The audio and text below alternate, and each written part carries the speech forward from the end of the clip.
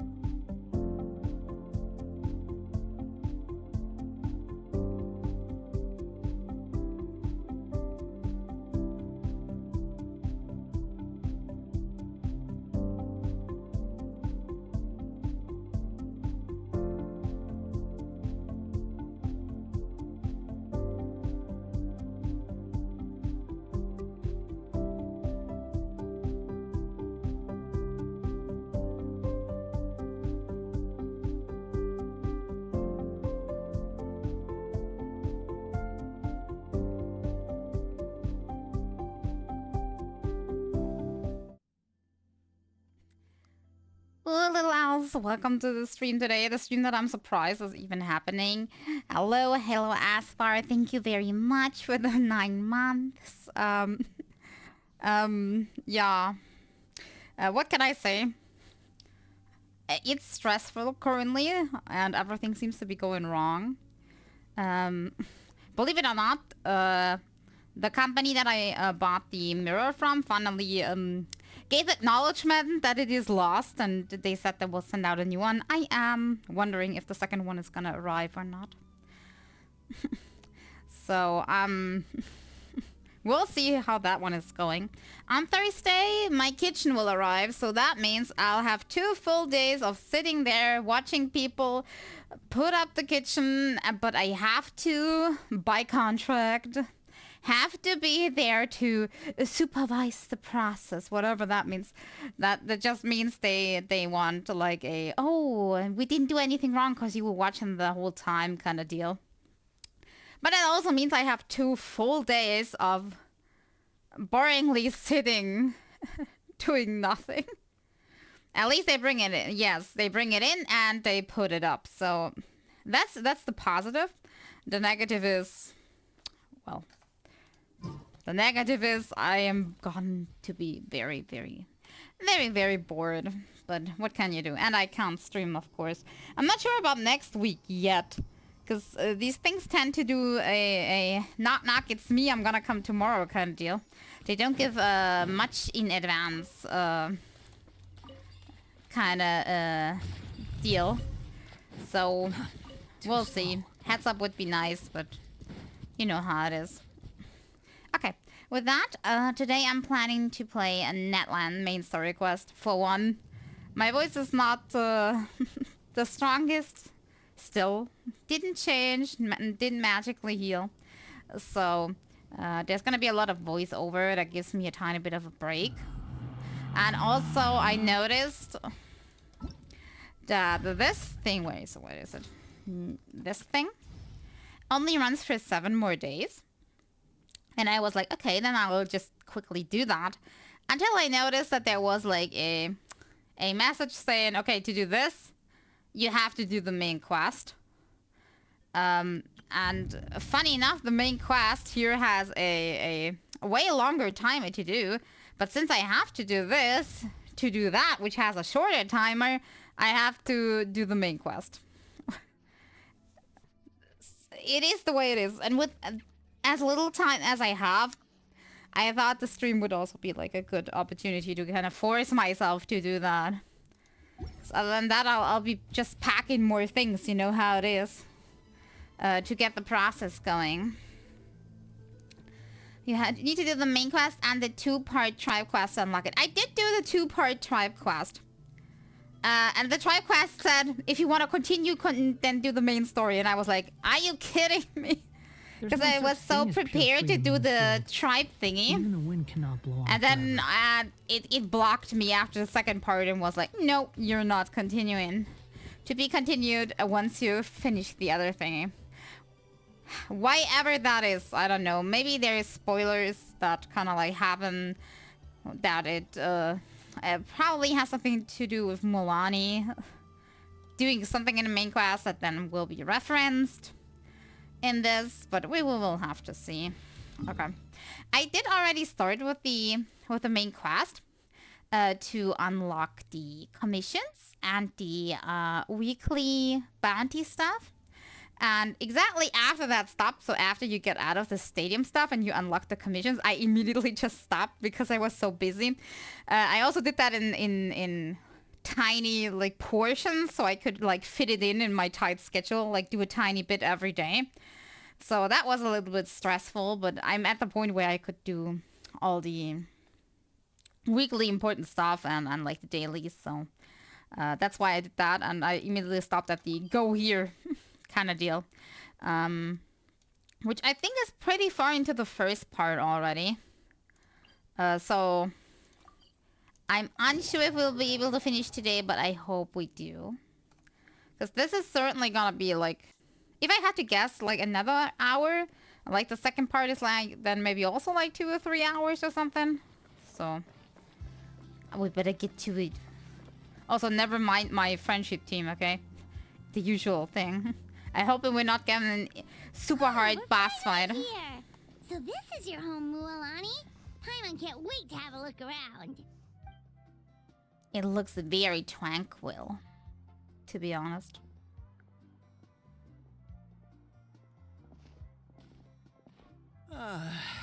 See? What did I tell you? A dip in the hot springs after a battle is just the best. This is triggering me since I currently cannot get much rest, so this is like, Fetch me a bottle of everybody here on vacation while I'm stressed. Just one? Let's get another. It's still early in the day, isn't it? Want to go to Golden Dusk later? Now this is a vacation. Absolutely amazing. Avoid NPCs since one NPC has spoiler dialogue. What do you mean spoiler dialogue? Like in the quest it has spoiler dialogue, or like out of the quest, it has spoiler dialogue that's like way ahead or something. Wow, it's so lively around here. Is there some kind of holiday going on? So a random NPC in Natlan has spoilery dialogue. We try to treat every day like a holiday around here. We believe every day is worth Okay, celebrating. I'm gonna just ignore everybody and just do the main objective. I wanted to focus on the main objective anyway, Now, let me show you around. but that's good to know. Where to start?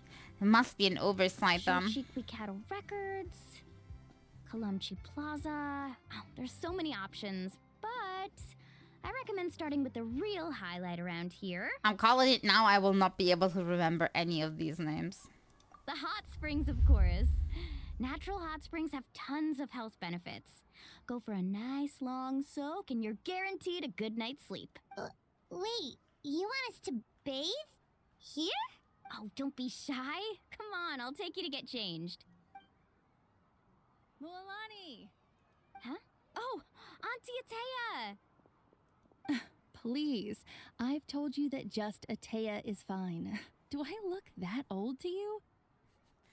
People being triggered by their age. Due to the hot springs? Why is that one so much quieter than the That's previous right. one? Oh, let me introduce you. This is the Traveler, and the small one next to her is Paimon. They only just arrived in Natlan, so I'm taking them around to experience our customs. And new hair. They do a lot of new things, like really new outfit mesh types, new hairs, new faces. They do a good job. Hi there! I'm Mualani's neighbor, Atea. By the way, Mualani, I heard you lost to Kachina during the pilgrimage. Is that true? Everybody rub it in. Yeah, I was this close to winning. Oh, definitely not the result I wanted, but still not too surprising. Kachina's always been strong. Anyway, it's all in the past. I'm gonna take these two for a dip in the hot springs. Talk to you later. Hello there, Archon. How you doing? Oh, wait. You'll need swimsuits first. I'm sure I can find you something lying around the shop. I'll go look. I mean, Traveler has like, I would say like normal size proportions that they would probably have lying around, but who's gonna have something specifically for maybe she's fitting in a baby suit. But doing great. How are you today? My day is kind of like cursed. Hold it My right there, phone young charger broke and Have you forgotten everything, the rule but about bathing in the hot springs? also I messed up. I messed up myself in Star Rail because I'm a dummy. But other than that, like I'm stressed because of like a lot of stuff because of moving stuff, like preparing new home, packaging stuff here. But you know how it is. I get over it. Rule? Oh, wait, you mean... There's a rule about bathing in the hot springs? Do not piss in the water. I mean, That's right. Outlanders have to complete a trial at an artificial hot spring before they're allowed access to the natural ones. okay, what kind of trial? It's not nearly as scary as it sounds. Basically, natural hot springs have higher temperatures that not everyone can withstand. Oh, so you're saying we might faint? Okay, that can be. A few travelers have gotten scalded by the water in the past, so now we have an unwritten rule. All Outlanders need to adapt to the lower temperature artificial springs first. But seriously, Auntie Atea, do we have to be so strict? These two are formidable adventurers. I know they can handle it. I'm not sure about you, but Traveler has like a tendency to faint, so Famous last words. The hot springs are not to be underestimated. You can never be too careful.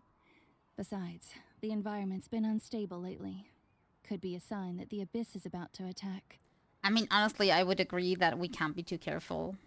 Oh, that sounds dangerous. You know, Paimon's really not all that formidable, so careful is good. Exactly.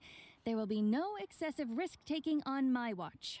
Mualani, take them to the artificial spring first. Okay. I mean, personally, like on a personal level, I rather like bathing like in cold water, like have a swim in the pool, than like a hot spring or like a hot tub. Say like not really for me. Warm water is not my forte. Like personally, from like a like perspective, because I like swimming actually when I'm in water, and when you swim, you warm up by yourself too. So the warmer it gets, the less you're supposed to be moving. Never tried hot. I don't try hot springs themselves, but we have like a God. What's the word here? What's the English word?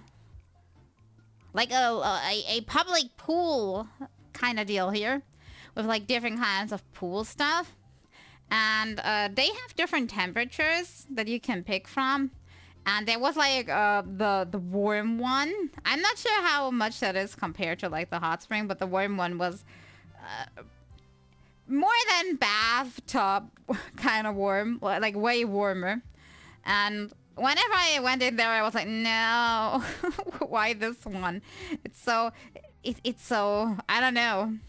I mean, if you don't move, it's okay, but when I'm in water, I like to move, so I prefer the cold one.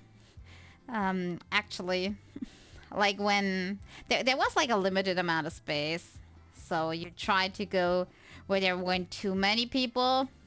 But rather than the warm one, I went outside to the outdoor pools that were like still too cold for the season, probably for most people, because they were completely empty. But I rather took that one and go into the warm one. Like, also the warm one is usually full of elderly people because they don't like to swim. They just like to sit in there and get their bones warmed up. I don't know. People swear it's different from hot showers. Yeah, because it warms you through, I think. That's more like it. And don't try anything funny. I'm heading to the artificial spring in a bit, and if I don't see you there, your days of cupping free meals at my place are done. Relax, relax. Oh, by the way, Atea, how have you been feeling lately? Much better. How else would I have the energy to keep an eye on all you rascals? Hey, you over there! How many times have I told you no roughhousing near the hot springs? Oh, shoot! That weird lady's back again! Run! Stop right there! Ugh, you need a stern talking to! She sure has a lot of energy. She's a legend in our tribe. Everyone knows her. Back before I inherited my ancient name, she was one of Natlan's most renowned warriors, famous for her love of hot springs. In fact, she often threw parties at the hot springs.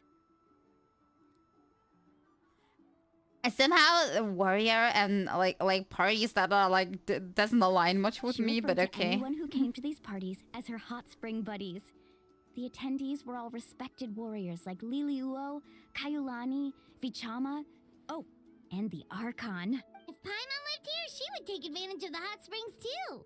It's just, during battle, she was impaled in the abdomen by an abyssal monster. The doctors managed to save her life, but they made it clear that she could never bathe in the hot springs again. Aww.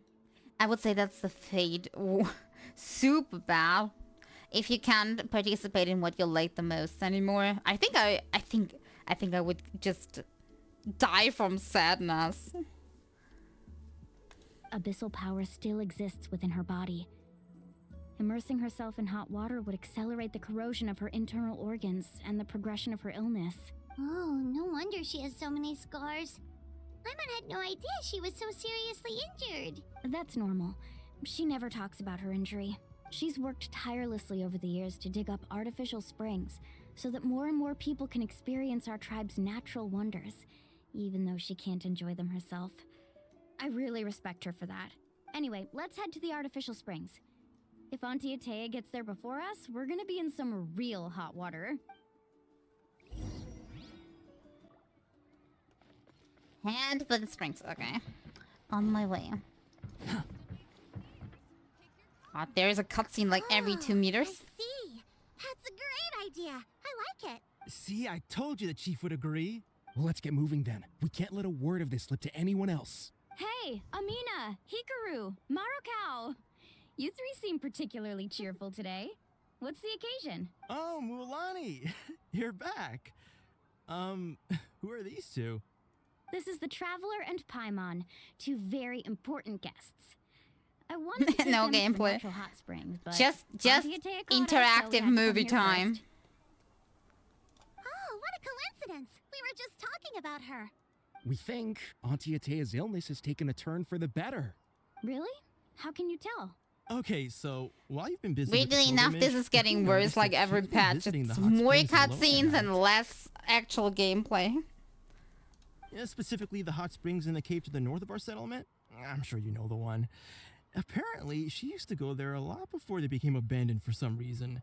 She could never come into contact with hot water before, and now she's visiting the hot springs every night. I mean, it's pretty obvious what that means, right? Yeah, so we got to thinking, what if we renovated the abandoned spring behind her back, then threw her a huge surprise party? Chief Amina thinks it's a great idea too. So, you want in? Of course. How could you even think of pulling this off without me? I'm a little busy right now, though. I'll come find you once we're done at the hot springs. Of course! Take your time. You should focus on our guests for now. These artificial springs are pretty new, but the experience is just as good as the natural ones if you ask me. We really worked hard on them, so I hope you enjoy. And you two, I know you want to focus on Atea's surprise, but don't forget your patrol duties in the meantime. Uh-oh. The Abyss could attack at any moment, so we need to stay vigilant. She just jinxed it. They're gonna slip up and then there's gonna be an attack. You got it, Chief. We'll keep an eye out. You can count on us. All right, we're off then. See you at the abandoned spring, Mulani.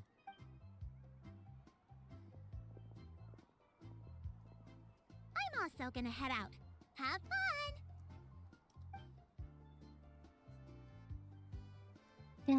I also just noticed my I made OBS it still hot hasn't spring repaired time. itself, by the Oh, way. I already arranged swimwear for you guys, by the way. Come on, I'll show you to the changing room. At this point, I am going to get used to just my OBS chat being like in this extra window. The only thing I'm not getting used to is that my amount of emojis has shrunken to a minimal. So if I want to post something else, I have to just open my usual browser and just like log in there. Young Chief. They all seem to have like very young people in charge of things here. I don't know. Something I already wondered about in Monster, they also had like kids owning shops and everything. Taylor is very different from our world in that regard.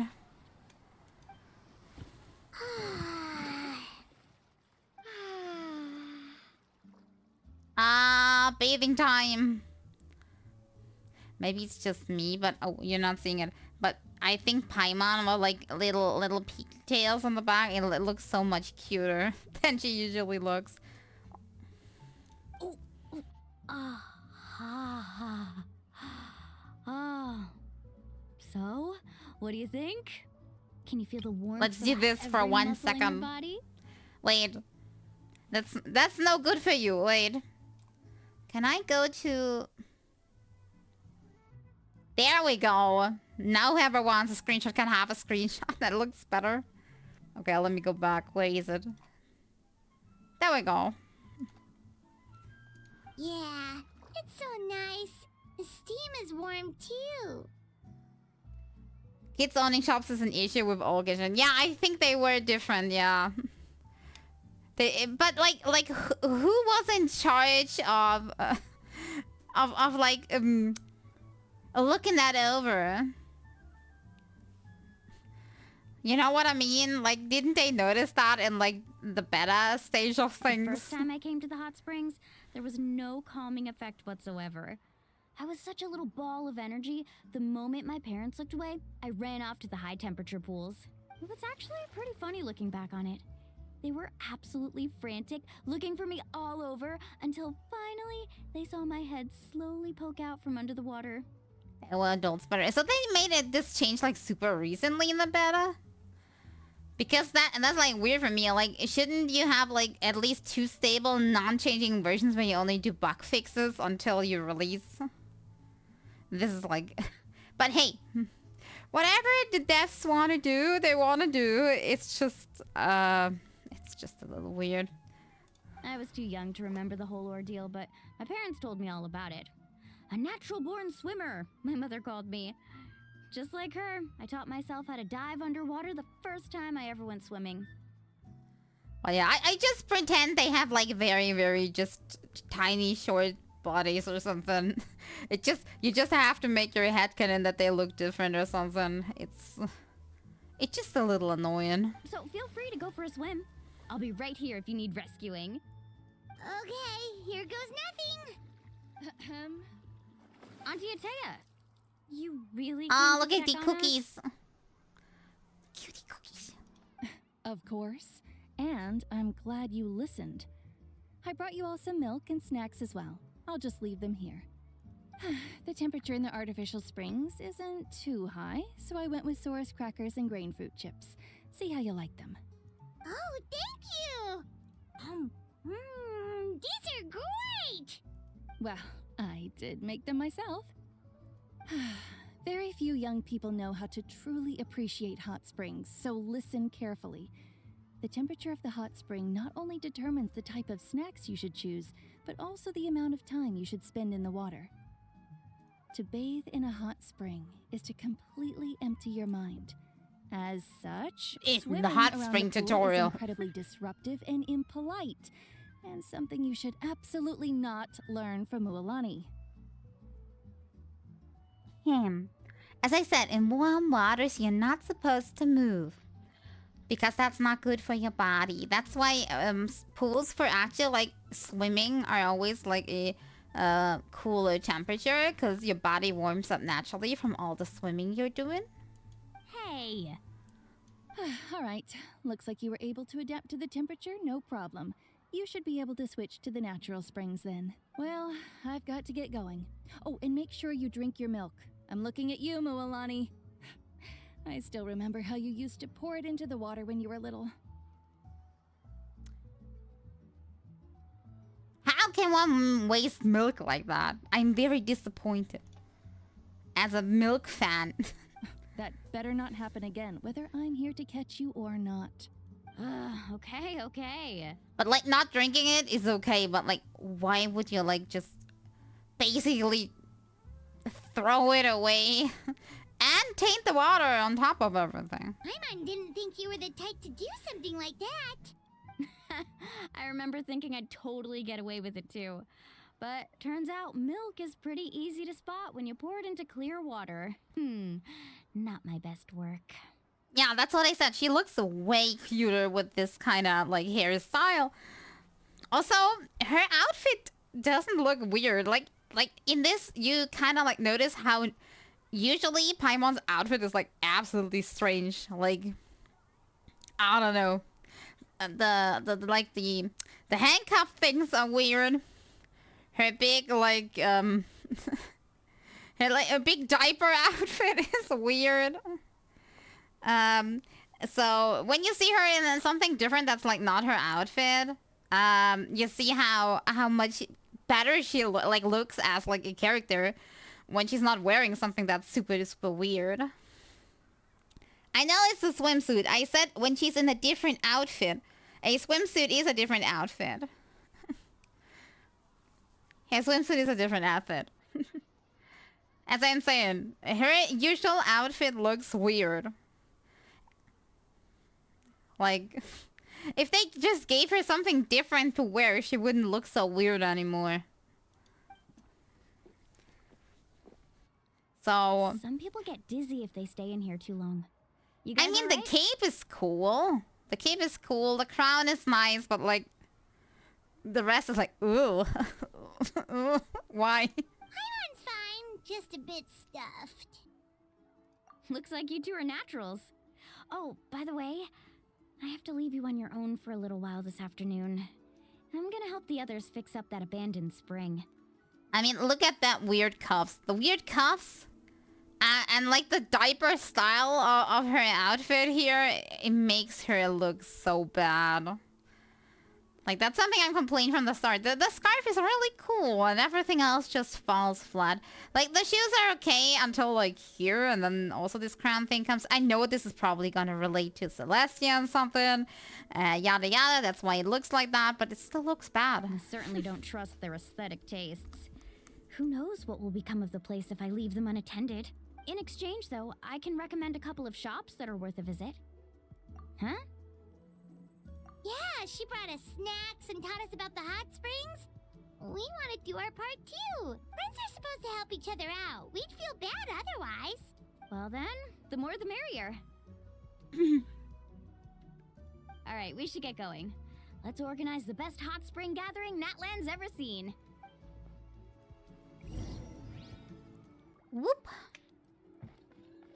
Quit following me. It's not that far away. I don't need to teleport. Wee.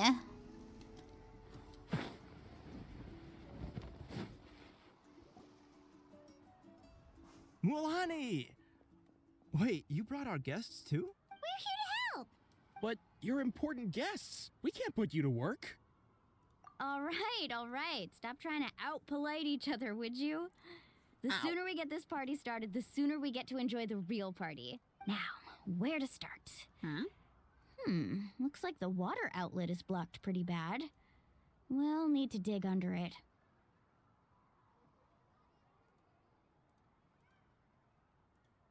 Ooh, those boxes in the corner need to be thrown out as well. Oh, they're moldy as all get out. Also, someone needs to go out and get some cloth, wood, and decorations. Oh, and snacks too. I say we get enough for 20 or 30 people. Bulk purchases fetch the best prices after all. Oh, but don't just accept the first offer they give you.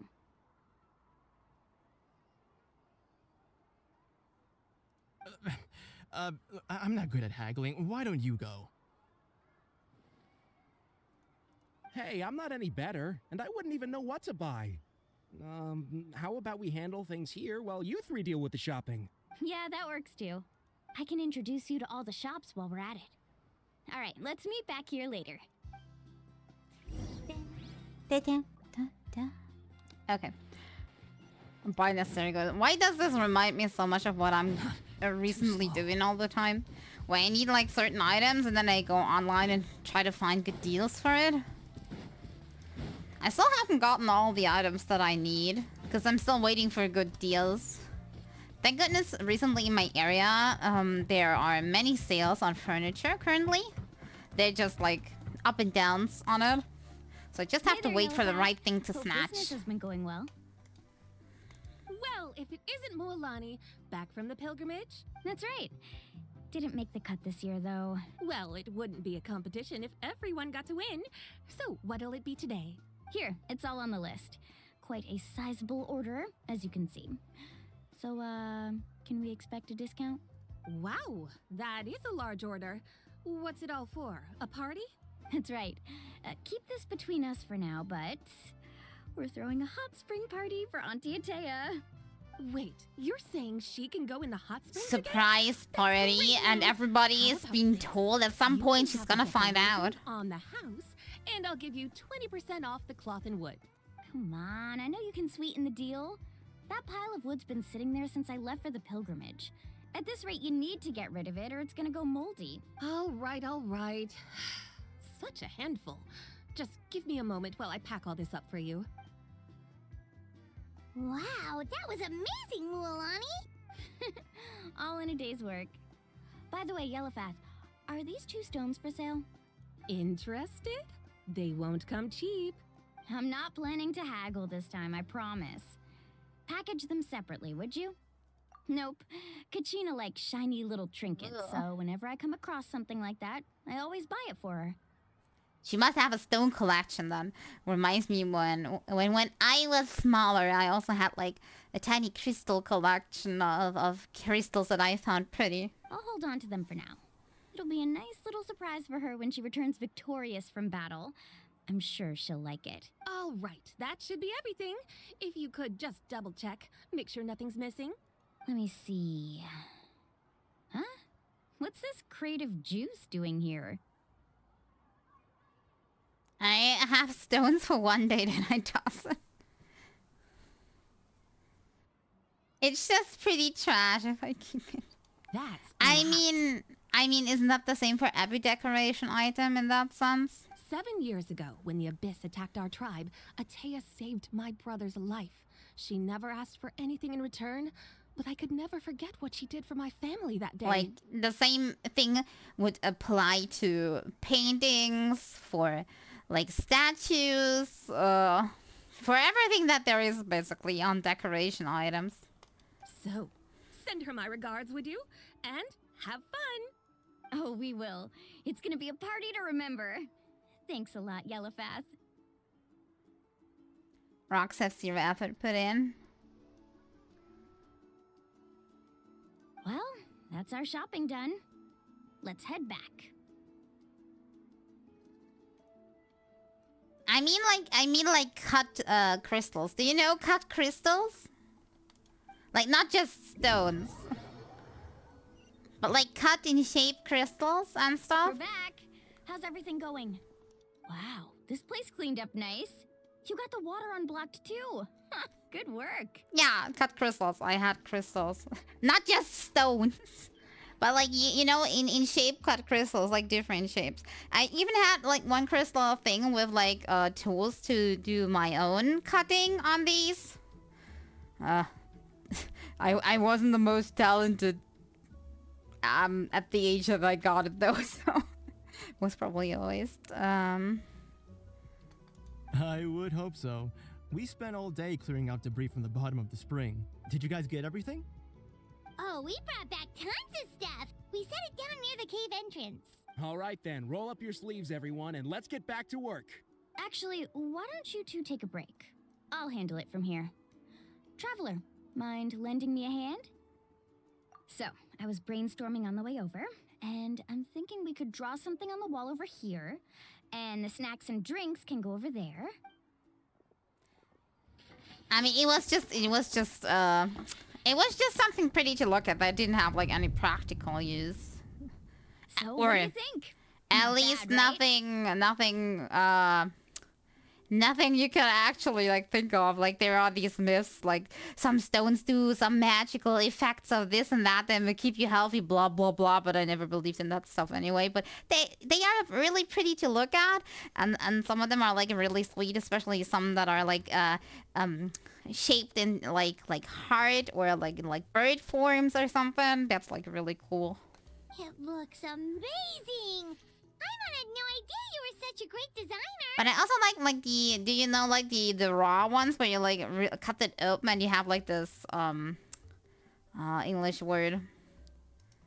Is the English word geode? I think it's geode, right? When you have it like open and you have like these crystals directly inside of like a opened up stone. I also found these like super pretty, but I never owned a geode itself. Just like cut and shaped crystals in certain sizes and forms. But I went to a crystal museum once and they had so many gigantic geodes and they were also sparkly and nice. Well, I'm usually the one in charge of the family store, so I'm pretty good at things like renovation and organization. Not to mention, this was totally a group effort. Still, I didn't expect it to take quite this long. Guess it's too late to invite Auntie Atea over, huh? Yeah, tonight's definitely not gonna work. Chief Amina set up those patrols to guard against the Abyss, and Atea volunteered. So she's on watch tonight. I see. Well, guess the surprise will have to wait until tomorrow. Why do I have a bad feeling from that? Like, that sentence makes me anxious. This could actually be a good thing. She can relieve all the exhaustion of keeping watch all night by soaking in the hot spring. Ha! She's gonna love it. Well, let's call it a day then. Traveler, Paimon, you must be tired too. Come on, I'll take you to the inn.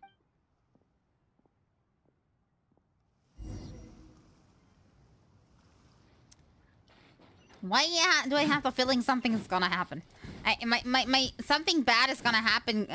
Alarm is going off somehow. Behold, Don't ask me why, but something is telling me something is fishy right now. Search for it. Quit following me. Maybe there's gonna be a bad attack and she's gonna be injured, way worse, or... I'm not sure. I have a bad feeling about this. Quit following me. Ah! I thought I could still make it.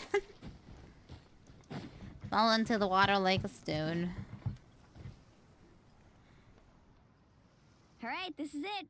Get a good night's sleep, okay? I'll see you tomorrow. Yep, good night! Ah, Paimon's exhausted. We really went all over the place today, didn't we? Anyway, we need to be well rested for the party tomorrow, so let's head inside. We need to be rested for partying.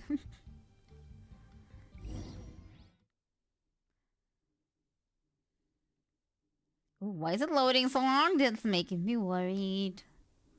Why are you loading so long? Stop loading. I mean, don't stop, but like... Continue. Oh. Why now? See, I knew something was gonna happen. Hi? What's with all the noise? Traveler, Paimon, wake up! Mualani? What's going on? Where did all these monsters come from? It's the Abyss. Our patrols are trying to drive them back as we speak. Come with me. I'll take you somewhere safe. Mualani, a little help over here. We can't hold them back much longer. How about we help instead of going to safety? One moment. I'll be right there. Really? That's perfect. I've been waiting for the chance to fight by your side. I like how we're supposed to be a good fighter, but literally everyone else notices the attacks before. We're good at bashing people. We're not good at noticing stuff. We're like the slowpoke of, something happening, pew pew. But we're like too slow to like pick up on everything.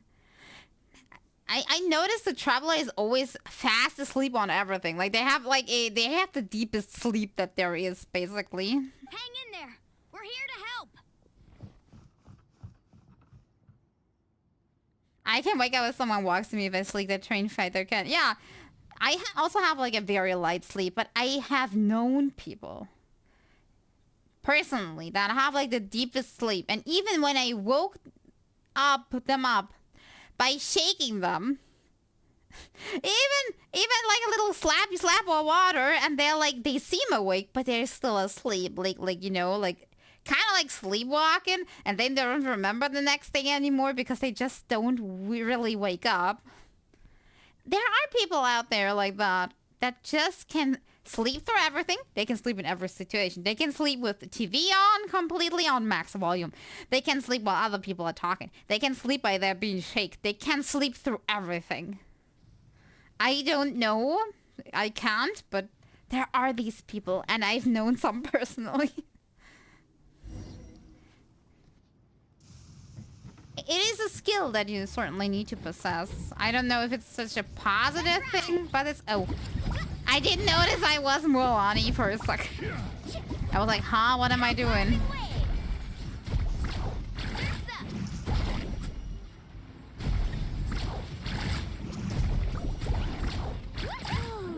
Have they been contaminated by the Abyss? No, they are the Abyss. Destroy them!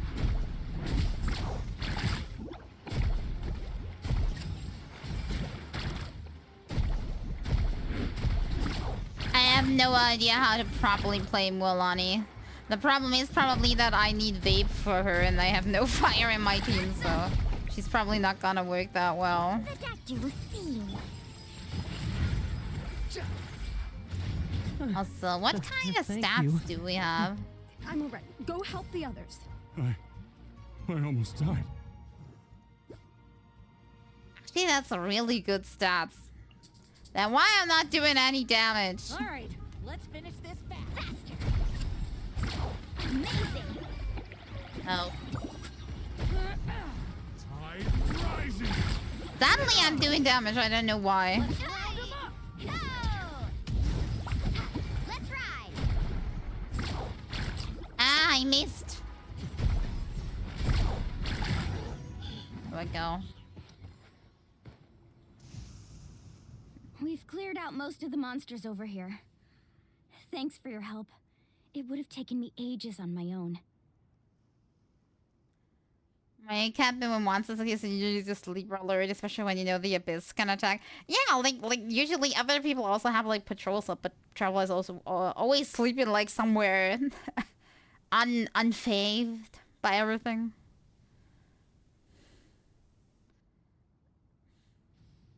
Outside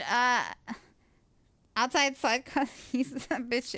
Not just Looks a like bit. we're still in for a long Traveling night, does though. make a lot of We sense still have in many no ways. idea where these creatures are coming from. Let's go ask Amina. She'll have a better handle on the situation. Like, we want to find our sibling, but we already found the sibling. Sibling said, nope, don't want to meet up with you right now. Wait. And so we're going around asking, like the Archons, if one of them is, like, the god from the beginning, even though we're pretty sure that's Celestia at this point, so... Like, what's the whole deal with everything? It's kind of, like, a little confusing. Amina! Oh, it's you three. Thank you for helping clear out those monsters. We were prepared for an attack, but we didn't have enough people to prevent them from breaking through our defenses. No casualties so far, though. Where'd they come from this time? The east side. We've pinpointed the position of an abyssal pylon, but we don't have enough manpower to take it down. An abyssal pylon? What's that? A kind of gate created by the Abyss. One that allows monsters from the Night Kingdom to enter the physical world. The only way to end the attack is to destroy the pylon as soon as possible. Otherwise, the endless hordes of monsters will exhaust our defenses. Exactly. That's what I'm most concerned about. Their numbers suggest there might even be multiple pylons in the area. We're searching for them as we speak. Alright, we'll go seal off the Let's vent to the just east. go there and Traveler, crash ammo. it. Can I count on your help again? Of course! We can't just sit back and do nothing. On behalf of the people of the Springs, you have my thanks. We're counting on you. Let's go. There's no time to lose. Take care, Amina. There's no time to lose. Where do I supposed to go to again? Oh, yeah, over there.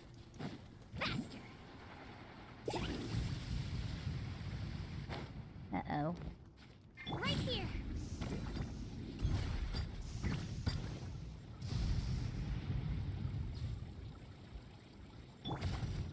Let's ride. Lolani, is that the pylon? What the heck? That's it, all right. Come on. Let's get rid of it. I would like to, but you just noped me out of existence. Blah blah. Displaying the reflection of targets protected by a void barrier cannot be damaged while defending by it. Only by attacking the elemental attacks a certain number of times it can be destroyed. Additionally, Night Soul aligned elemental attacks seem to be able to destroy void barriers with greater ease. Okay. Thank you. Carving waves. Slip, slide, sprint.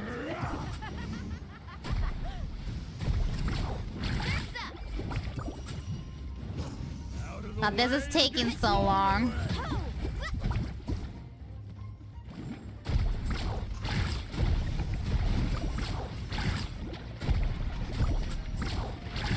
Pylon! It's over there! Hurry! Yeah, I'm trying my best. Okay, so I can hurt these while the pylon is up. Did I get that correct? Amazing.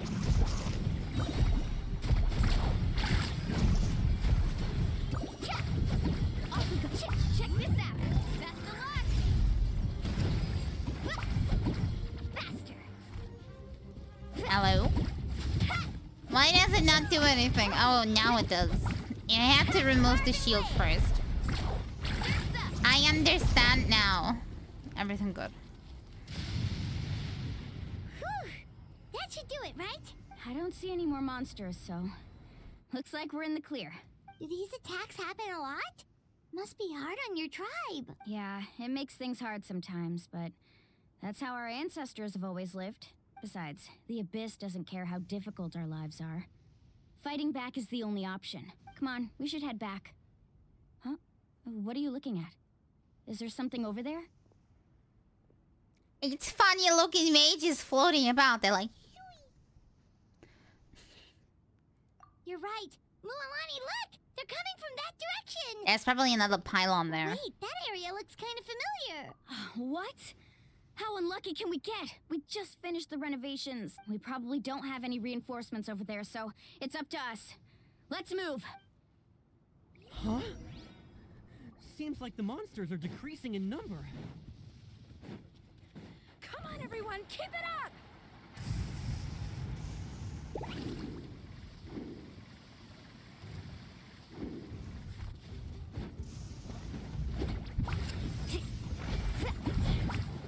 Faster!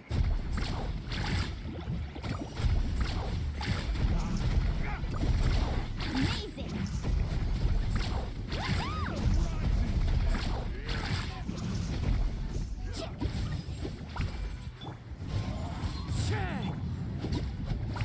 Ho! You can't hide!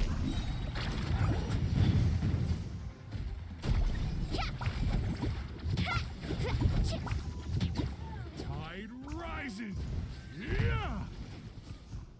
Whatever the hell he was doing. Off we go. Okay, in this direction? Yeah. Uh-oh. It's sadness time.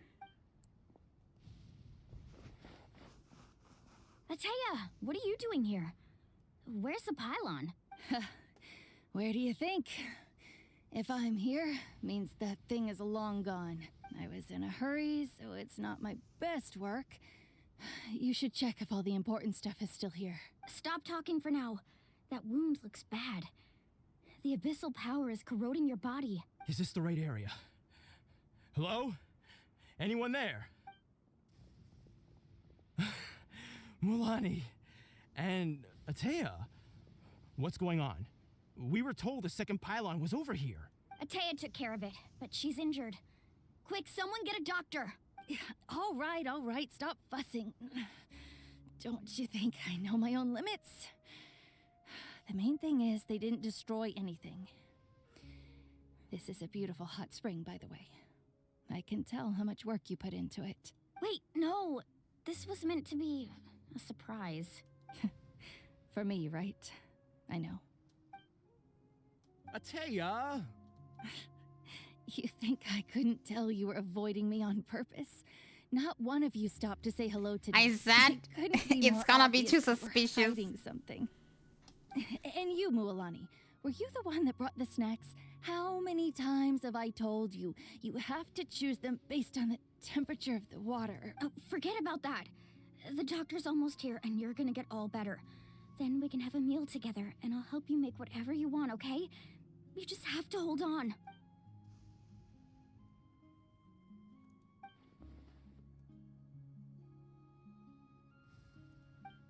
Maybe there's something I can do. The impurities in the elemental energy we embody repel each other. A memory from forever ago finally makes sense? Can that be? What? The crystal has been purified? When? The anguish he feels has brought him to tears. I also came across a teardrop crystal. Can you purify it? Ateya! Ateya! Wait, what do you mean? I mean, what can I do? I mean, what can get worse? If things go wrong, she dies anyway.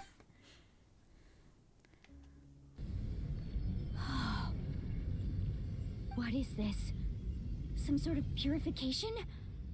The abyssal power, it's being cleansed away. Wow, that we do this now. Out of all the time we could have done this, when there was like lots of times actually we could have used this, and the traveler was always like, nah, I don't need that. Don't need to think back. And now all of a sudden we like remember that tiny detail.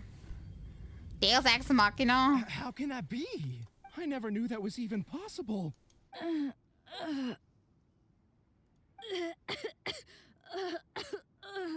Ateya! The mark of the abyss. It's gone. Yes, thanks to the Traveler. By the way, Traveler, are you alright? I just saw you purify abyssal power from Ateya's body. That didn't injure you in any way, did it? You're sure? Good. Good. Thank goodness. You scared us all half to death just now.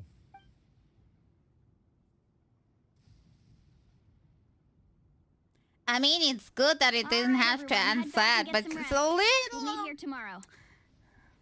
So the inconsistencies of why did we never use that thing again before when we actually needed it. We'll celebrate Atea's recovery and our triumph over the abyss. And most importantly, we'll show the Traveler and Paimon how grateful we are for their aid. Let's make it an occasion to remember. Dismissed! I'm just happy it finally came into play. It's like the Traveler remembers that they and the main character are like, wait, am I not supposed to have special powers? Why do I never use those, by the way? Traveler just remembered they could do it. Yeah, like, wait a minute. Am I not powerful? Why the heck am I never doing my stuff? Got it. Going back to the point we talked about before, the Traveler always seems a little... You really came through like a ditzy little dummy that forgets everything or does things wrong or is too carefree, like... okay. Paimon almost forgot you had that ability. You used it back in Mondstadt to cleanse Dvalin's tears, didn't you? I mean, yes, but there were other occasions where we could have used it and we did not remember it. That's what weirds me out, not the fact that we still remember now. That was some quick thinking, Traveler. Huh? You look like something's bothering you. What's wrong?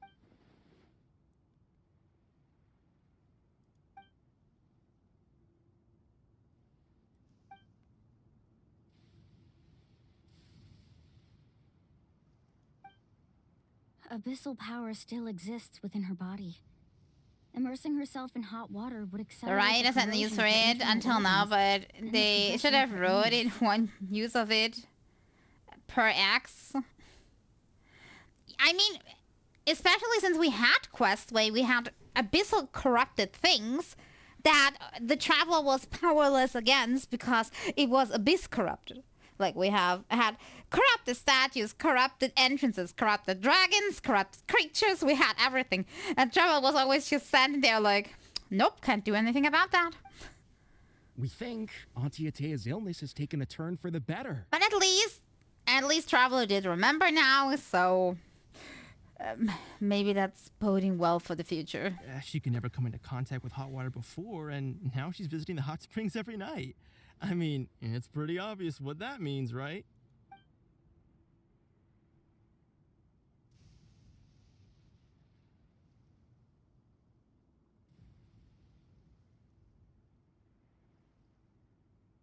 I'll save this fungi to save the dragon. I don't know how to absorb this abyssal corruption. Exactly.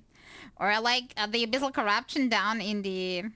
Down in the... I can't talk anymore. Down in the chasm. That we had to use a special item to actually, like, cleanse because we couldn't. Hello? Yeah, sure. Traveler! Maybe you can zone out some other time because Paimon can barely keep her eyes open. Let's head back for now. Hello there, Hatshot Jesse. Daily flower. Thank you for the flower. How you doing?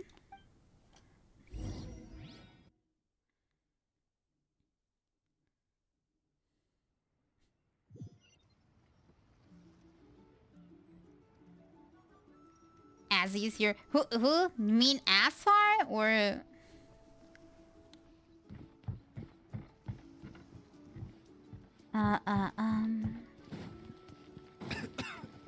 The hot spring party.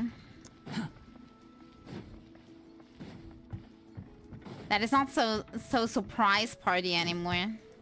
Quit following me. Doesn't mean that the sadness of the cross is still not over, because we now know that her organs are too hurt. Fury.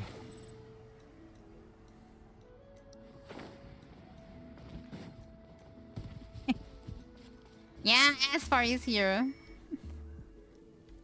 Why? What did Asfar do? I need to know. Wow, music without music. Not interested in hanging out with the other kids? Snacks not to your taste? Hot spring temperature too high? None of the above, huh? I heard you were the one who cleansed the abyssal power yesterday. You sensed it, didn't you? I was hoping to keep it a secret for a few more days. Didn't want to ruin the celebrations and all. But looks like it was no use. Hey, kid! Who, me? Uh-oh. Yes, you. Come on. Let's go for a walk. It's sadness time again. Hey, where are you going? Did something happen? Just going to get some air. It's too noisy in here. You have fun. We'll be right back. Oh, and there are extra snacks in that box over there if they need replenishing. Baked them all fresh this morning. All right. Sounds great. Oh no, the sadness is gonna come up. Mualani, Yeah? you've gotten so tall. You know that? Feels like just yesterday you were that rambunctious kid causing trouble all around the hot springs. It's like all that time passed in the blink of an eye. Tell me, how are your parents? They're away on business.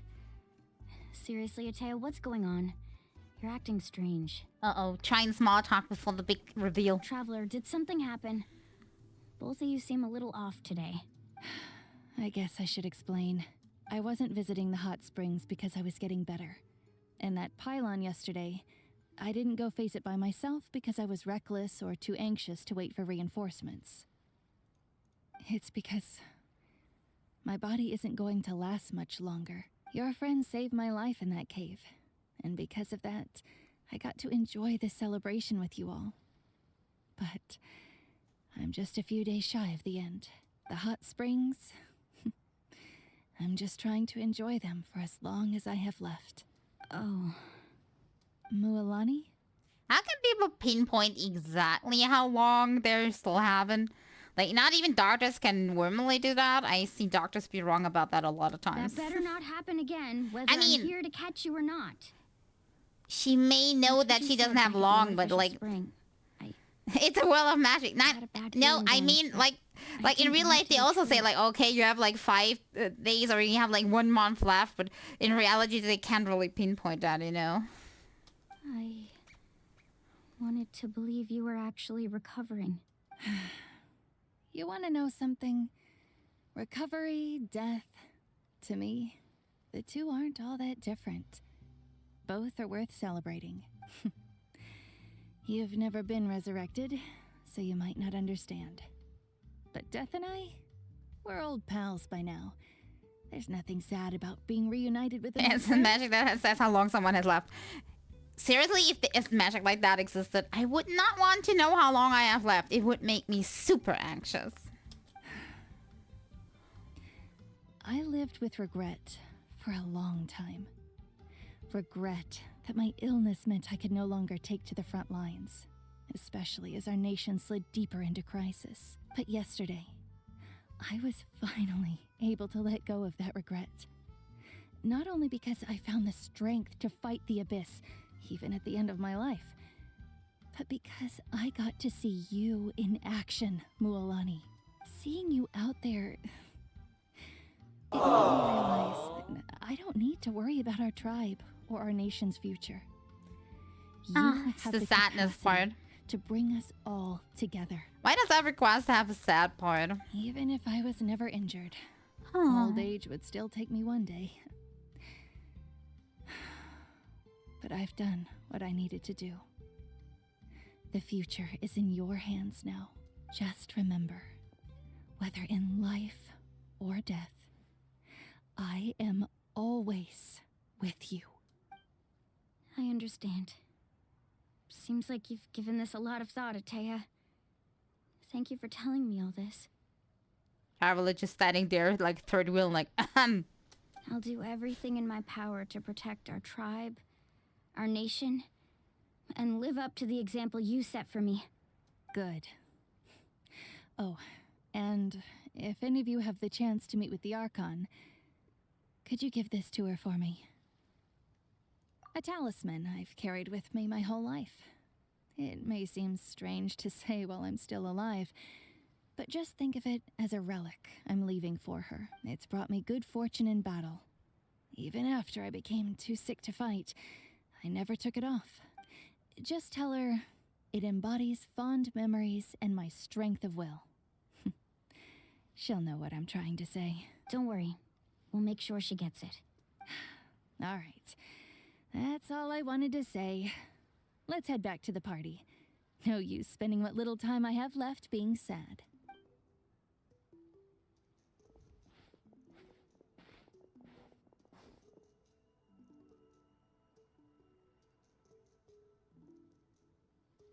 Oh, that cut out into silence. Traveler, Atea, Mualani! If you don't hurry up, there won't be any snacks left!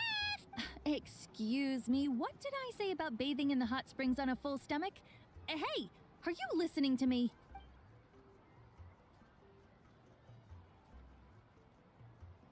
Oh no, it's the black screen of death. Life is a journey in which there's no turning back. So forge ahead and don't hold back. Yeah, click to continue. I cannot press any button. Okay, Act 1 complete. It's time for Act 2. Okay, we got the talisman. Wait until 2 days later. Okay, I can do that. Waiting is my forte. Wait. Waiting I can do. Sounds easy enough. Can drink something in the meantime.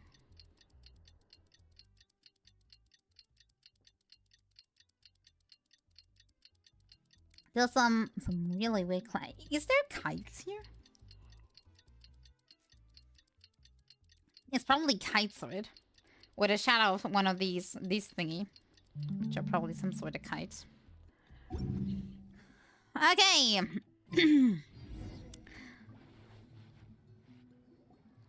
Paimon feels like a whole new Paimon after those 2 days in the hot springs.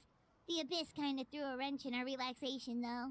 Still, spending time here really has felt like a vacation. The Kaholosaurs are so nice and so fun to play with. Their bellies are super bouncy. Oh, and Atea's snacks were so delicious. She gave Paimon some for the road just this morning, actually. Yelling at some kids who got caught throwing stones in the hot springs, so not much has changed since we first met her. Hey, you guys. Sleep well last night? Yep, this area is so nice. Glad you like it. I was thinking of taking you guys out to do some sea fishing. Later tonight, we can eat whatever we catch. Fresh fish is absolutely delicious right off the grill. Hey, Mualani! Yeah? What do you need? The team sent out to fight in the Night Warden Wars has returned. And Kachina? Is she back as well? Uh-oh. Kachina fell in battle. Uh-oh. But don't worry, the team was victorious, so the Rite of Resurrection will be held in the stadium soon. Ouch. Experiencing death so soon. That's a relief. The Abyss is cunning, and it was her first time. Mistakes are bound to happen.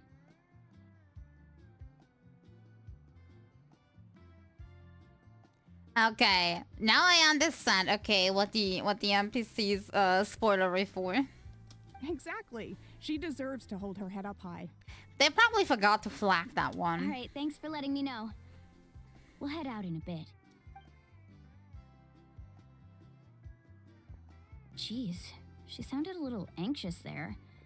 Had me thinking it was bad news for a moment. Mualani, you said the Abyss was cunning just now, but it seems like the Abyss just wants to destroy everything. Like, think about all those monsters that attacked your tribe. If there really was some sort of cunning plan, wouldn't it make more sense to send them to attack Kachina and her small team? Not that Paimon wants them to be in any more danger, it's just... Relax, I get it. The Abyss is difficult to understand, that's for sure. At a glance, it certainly seems like the only goal is total destruction. The Abyss isn't a living entity after all, so what capacity for logic or planning could it possibly possess? But through our long history of fighting the Abyss, we've realized things aren't quite so simple. So you spoke to every NPC first. Oh, that's unfortunate, one. 500 years ago, the Abyss invaded Teyvat. You know about that, right? I mean, I'm not very, I didn't explore much yet, but the only NPC I talked much to were the ones in the main capital, where I found one that gave out a cooking recipe, but that wasn't too surprising since you could buy cooking recipes there too. Other than that, I haven't found much. I found one crazy person talking about ores, but that's about it. That's right. Conria suffered greatly during that time. But so did every other nation in Teyvat, and Natlan was the worst affected of all. It took the combined efforts of the then Pyro Archon and heroes from every tribe to finally repel the Abyss. Even so, the effects of the invasion lingered for hundreds of years, only able to be reversed little by little. Our tribe's waters were contaminated. The Children of Echo's territory was overrun by dangerous sludge surging from underground. Unrelenting black winds tore across the lands of the Flower Feather clan. It was like each disaster was designed for a specific tribe. Exactly. We once thought that the Abyss's desire for destruction was a sort of primal instinct, but its methods are, in truth, marked by intelligence. We now believe the Abyss has invaded the Night Kingdom. So it's more It like has the capacity sabotage to in a read way. the memories of this land at any given moment. And that's how it became so dangerous and cunning. Almost like it knows you inside and out. Yes, and that's why we've been unable to fully eradicate it, even after all this time. Luckily, the problems left behind by the Abyss have been successfully addressed by the various Pyro Archons we've had over the years. Now every tribe is prospering and things are looking up. I mean, just look at what we managed to do a few days ago. We totally fought them off.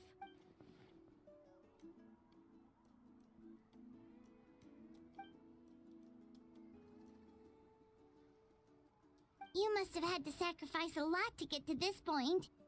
Every battle, every sacrifice is in pursuit of a future where we get to stop fighting. Responsibility, duty, unavoidable burden.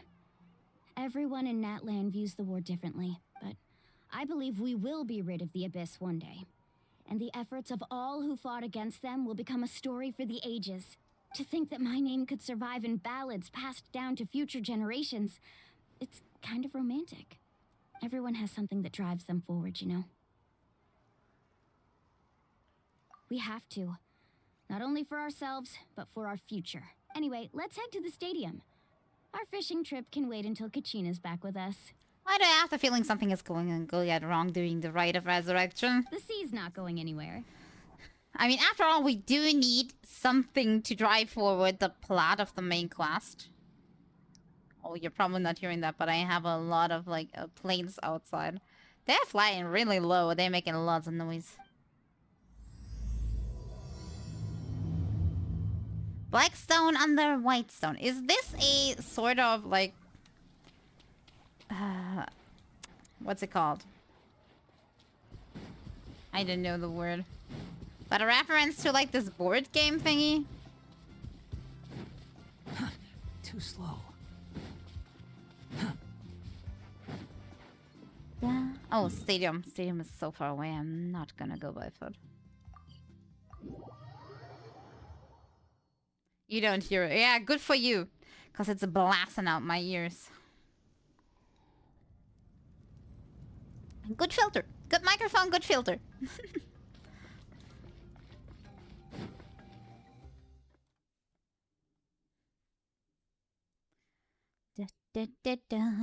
I have a bad feeling. See if my bad feelings are true. They probably make it the Rite of Resurrection and then nothing happens, like poof. This is packed already. Of course. Then everybody no one's panics. gonna miss out on the chance to welcome our heroes back from battle. It's their moment of glory. Kachina's gonna be so flustered. She's never had this many eyes on her before. Didn't she have it when she fought the battle to get qualified? Yeah, she doesn't seem like the kind of person who likes being the center of attention. Looks like I'm just in time. Kanich, you're here! Yeah, a commission ran longer than expected, but I made it. I heard about the incident with your tribe, Mualani. Is everyone alright? Yeah, it's all taken care of. Our new friend here's got some tricks up her sleeve, by the way. She's just as strong as Kachina made her out to be. Hey, look! Is it about to start? That's right. Someone will come out and recite a eulogy, and then we'll sing the Ode of Resurrection together. And if someone sings a wrong note, then poor Kachina will stay dead. Come on, let's find a spot with a good view. When the singing starts, just follow my lead and you'll be fine. Let's go somewhere higher up so Kachina can spot us. Wait, isn't the traveler known to be horrible at singing? Are we the reason everything fails? Uh-oh. Just shut up. Just hum along. I don't know.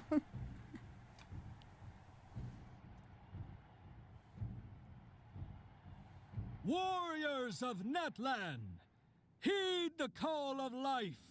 We are the inheritors of memory and legend. Those who grew alongside sun and wind. Those who forged our own destiny and future.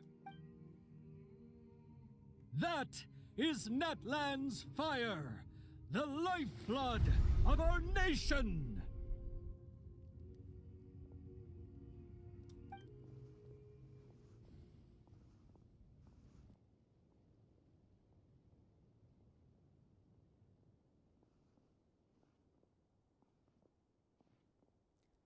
Everybody waiting.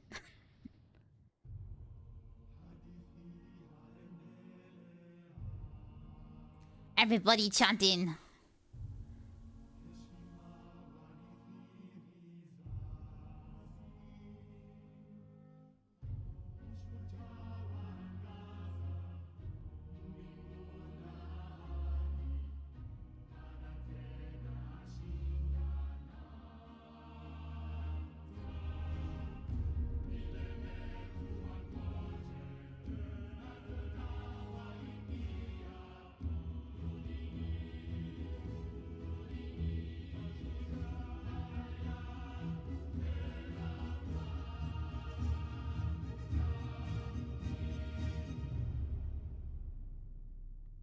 This is so beautiful. But I'm still waiting for something to happen. Oh, wait, I have to click. I'm like, nothing is happening. I'm really disappointed. Why is nothing happening? And there's this tiny dot here indicating I'm supposed to do something. I really like I really like the chanting though. I really like it a lot. I always adored music like that, or like songs like that. I really like it. It's calming.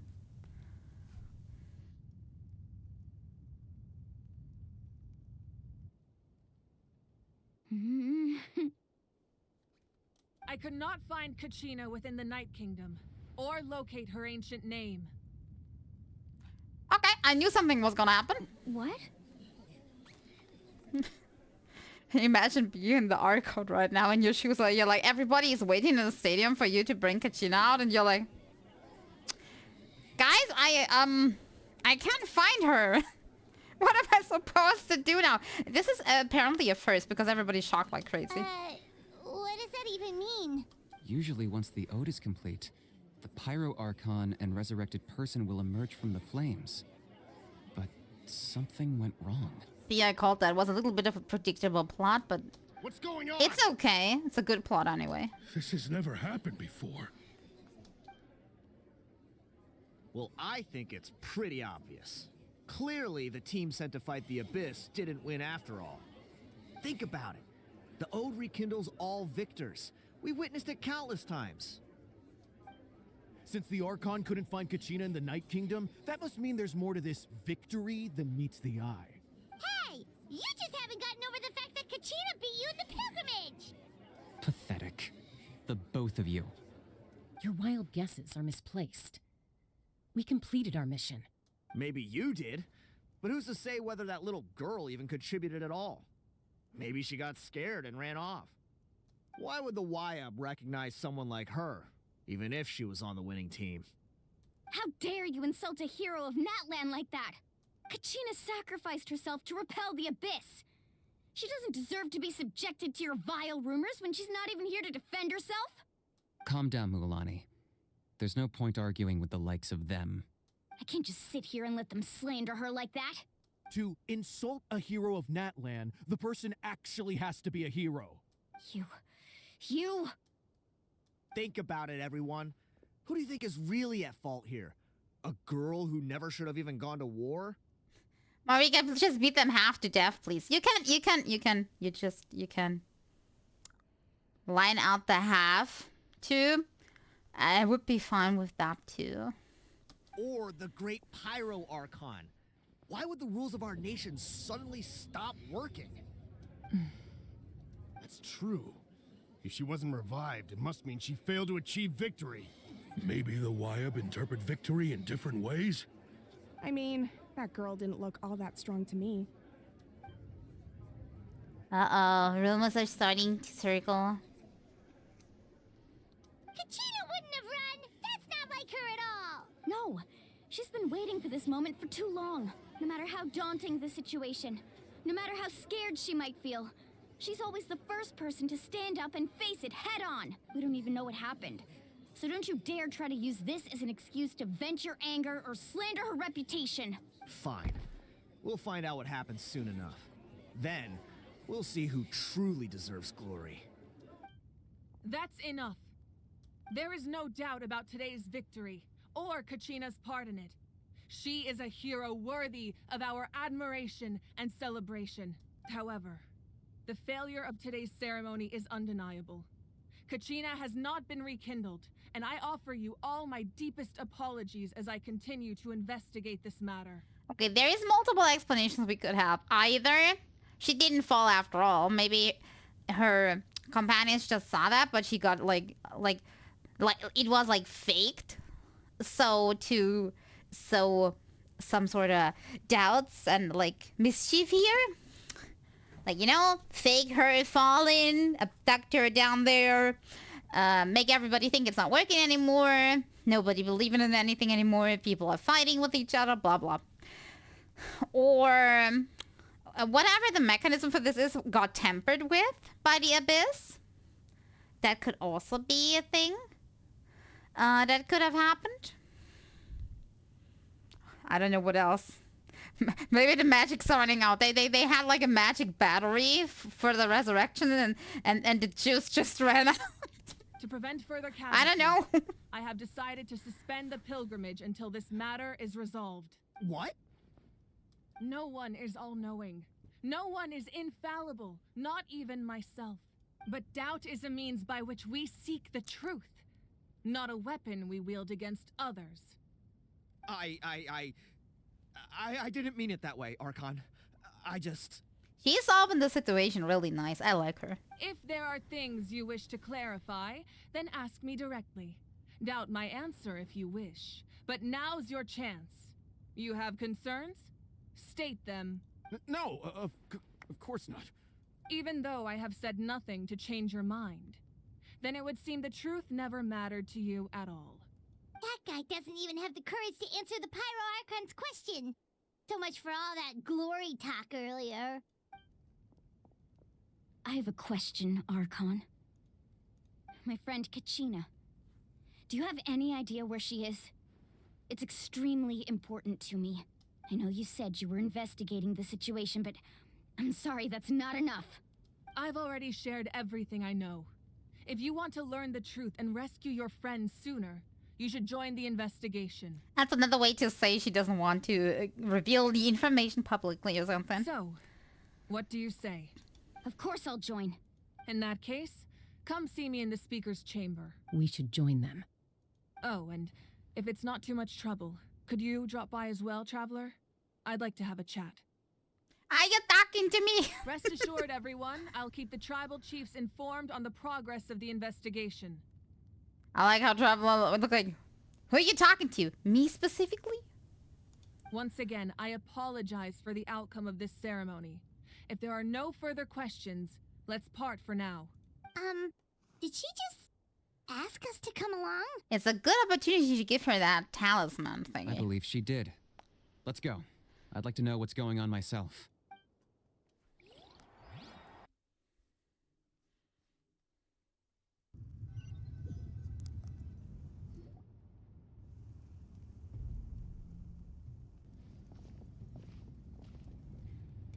Dum, dum, dum, dum. The situation is urgent, so I'll get straight to the point. Kachina I'm is so mad that undoubtedly didn't get a hero punished. of Natlan, and I'm deeply sorry this happened to her. Me too, but in a way, in a tiny way, which makes me happy. It seems like they got embarrassed, which is like they lost their face in front of the whole public, which is probably from this nation's standpoint worse than probably getting hurt in any physical or whatever way, because they'll be made fun of for the rest of their lives. And not getting taken seriously by anybody anymore. There's been unrest in the Night Kingdom, but I don't know what's causing it. As a result, I've been unable to track down her location. Until we find and address the cause of the unrest, the Ode of Resurrection will continue to be ineffective. And that means Kachina won't be able to come back? So, guess number 2, that they somehow tampered or attacked the mechanism of the resurrection is true. I mean, if I were the enemy, that would be my go-to point too. Like, if the enemy is healing and resurrecting somehow, then attack that thing. It makes logical sense, so to speak. That's correct. Not until the problem with the Night Kingdom is resolved. How long will that take? It's hard to say. Kachina always dreamed of fighting the Abyss, of doing her part to defend Natlan. She wasn't afraid of death because she knew, if it came down to it, the Pyro Archon would be there to bring her back to life. Whenever we sat down together, exhausted from training, she would always hum the Ode of Resurrection. She was supposed to come back to us. We were supposed to hug her and celebrate with her and share her joy. We supported her every step of the way, but what are we supposed to do now? Sit peacefully and wait for her return? Lose ourselves in grief over her death? Tell me, are we her friends? Or her murderers? That's not fair, Mualani. It's all right. I understand your rage and your grief. Kachina's life means a great deal to me, Mualani. Believe me, I want to bring her back as soon as possible. I would give you that peace of mind if I could. But please, hear what I have to say so I can at least give you a broader picture of the issue we are now facing. Considering the recent attack on your tribe, I believe the Abyss has found a new means of undermining the rules of our nation. You mean? The Sacred Flame. The foundation of our resistance against the Abyss. If we continue to hold the pilgrimage and send teams to fight the Abyss, there will likely be more casualties. But if we stop altogether, the Sacred Flame will only grow weaker. The Abyss will scale up their attacks, and the tragedy we saw with the people of the Springs will only be the first of many. So we're sending somebody in that probably won't die? Is that why we have to come along? If we compare the two choices, the former seems to be the lesser of two evils. Sorry, I know that may sound harsh, but I bear the name Malipo. Weighing the costs is my duty. The raw truth can be cruel. But we need to understand it if we want to approach this rationally. But what would you say, Mualani? This is personal for you. And unlike Kanich, I dare say it's not a simple case of weighing up which course of action is less painful, is it? No. I can't choose between them, and I don't want to. Saying that one is preferable over the other is disrespectful to the people who suffered. You're saying it doesn't matter whether I suspend the pilgrimage. The consequences will be equally painful. Yes. What happened to Kachina breaks my heart. But I couldn't bring myself to sacrifice other people for her sake. And that is the crux of the problem. It's not simply a matter of choosing the lesser of two evils. Either way, there will be people who suffer. And the end result will be the same. Belief in the pilgrimage will waver. Once doubt has crept in, the people will no longer unite in battle against the Abyss. And that is exactly what the Abyss wants. Personally, I am kind of surprised they took that long to figure out that is probably the thing they should attack. Their ultimate goal isn't to break the rules that make the Ode of Resurrection work. It's to destroy the people's faith in them, to prevent what happened to Kachina from happening to anyone else. We need to suspend the pilgrimage. So that is my current plan.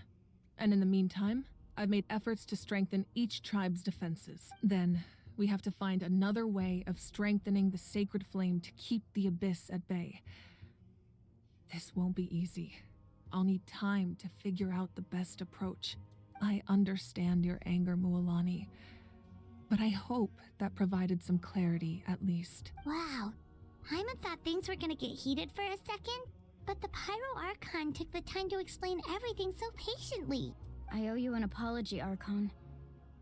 I let myself get carried away earlier, and I'm sorry. You're right. We need to focus on finding solutions. We could always hold the pilgrimage without sending a team to fight in the Night Warden Wars. That way, we would still be able to fuel the sacred flame. I've considered that, but the two events have nearly always been linked. Milani's space fight Archon for your friend. Without the chance to fight the abyss, pilgrimage rankings lose their prestige, and competitor numbers will drop. I mean, to be fair, the Archon seems pretty approachable, so... With fewer participants, the amount of contending fire produced will decrease, and the vicious cycle will continue indefinitely. So, essentially, the Abyss is taking Kachina hostage. You've learned about the concept of ley lines during your travels, yes? The Night Kingdom is something similar.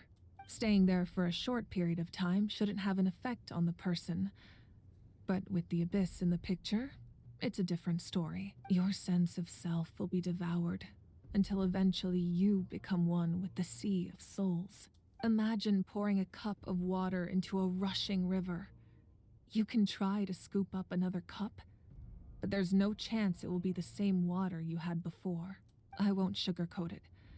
That is the danger Kachina is currently facing. Just like you said, Archon. Both of these problems need to be addressed. You can focus all your efforts on dealing with the sacred flame. I will go search for Kachina. The Abyss poses the same threat to you as it does to her. It is very possible you will not return. Knowing that, do you still choose to go? Kachina's waiting for us to rescue her. That's all that matters. I failed to protect her during our campaign, but I can make it up to her now. I choose to go as well. Traveler? What do you think? Understood.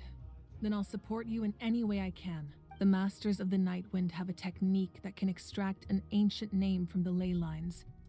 If we can find Kachina's ancient name, I can use the link between them to pinpoint her position within the Night Kingdom. Then comes the hard part. You need to visit the Night Kingdom in person and rescue her. But isn't the Night Kingdom a land of souls? Can we even go there?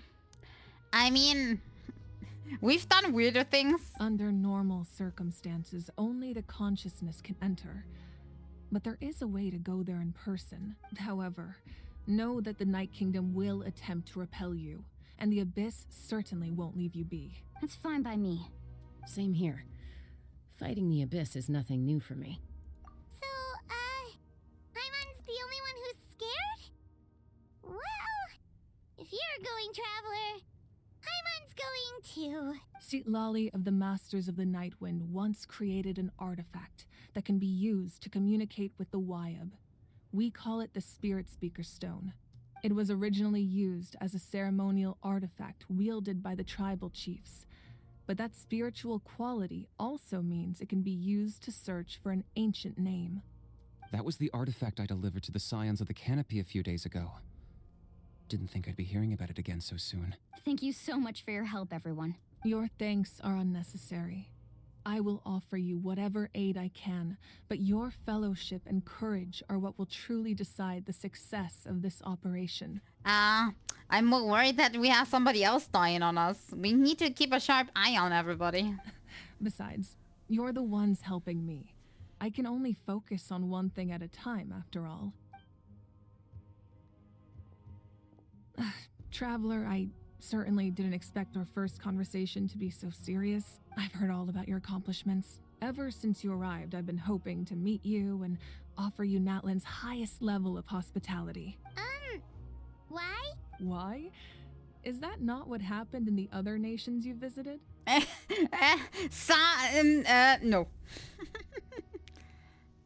Yeah, things were pretty complicated at the start. And, you know, in the middle. But our reputation's solid nowadays. That's more like it. After all, I've heard you're someone who transcends fate. Perhaps even more than you can imagine.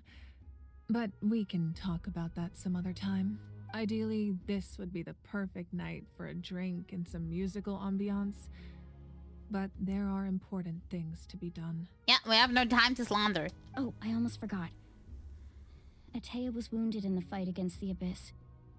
She wanted us to give this to you. It embodies fond memories and my strength of will. That's what she asked us to tell you. She said you'd know what that means. I didn't think this day would come so soon. The flames of her life force. I can feel them flowing within the talisman. If things were different, the two of us could have enjoyed the hot springs together while she gave this to me in person. We're supposed to be hot spring buddies after all. But don't worry. This talisman means a great deal to me. I'll take good care of it. And once this is all over, I'll pay Atea a visit.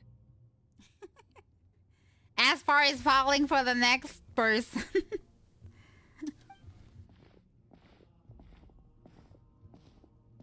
Hot inside you said and you didn't out, want to huh? jeopardize the production of Contending Fire. But that's not at all why you decided to suspend the pilgrimage, is it? You're right. Even now, the production of Contending Fire is far from sufficient. The gradual corrosion caused by the Abyss has resulted in a massive shortage of pyro energy, and we're currently at the breaking point. Sorry, Navia. Poor little Navia is being left. As things stand, the pilgrimage is a lost cause. Suspending it allows us to save our strength to defend the tribes. The Abyss has brought catastrophe to Natlan, and Kachina's disappearance in the Night Kingdom is a direct consequence of that. We can't let the general public know that. No. If the public learned that Natlan's destruction was close at hand, there would be immense panic. But if I said nothing at all, they would have continued to question the integrity of Natlan's heroes. Another simple choice. The latter was clearly the better solution. But you chose otherwise. I have never subscribed to the belief that the right choice is the one with the fewest sacrifices. Let's go. There's still a way for the sacred flame to last a little longer. You mean? Yes. Come with me.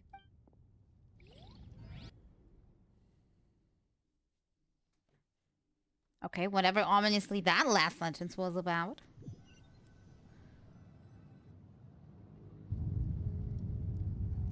The sacred flame must never go out. Not only does it strike fear in the Abyss, but it's also the pillar of Natlan's stability. So until our heroes are ready, I will sacrifice my power to keep it burning. But that can only last so long. I think we should focus on the remaining ancient name bearers. Don't let desperation cloud your judgment. Those chosen by the Wayab have already embarked on their destined path. It is for them to decide how that journey ends, not us. All we can do is support them. Even so, for you to make this sacrifice, it's not right. If not me, then who? No other is capable of sustaining the sacred flame. I possess great strength, but I'm not above my people. This is part of my duty.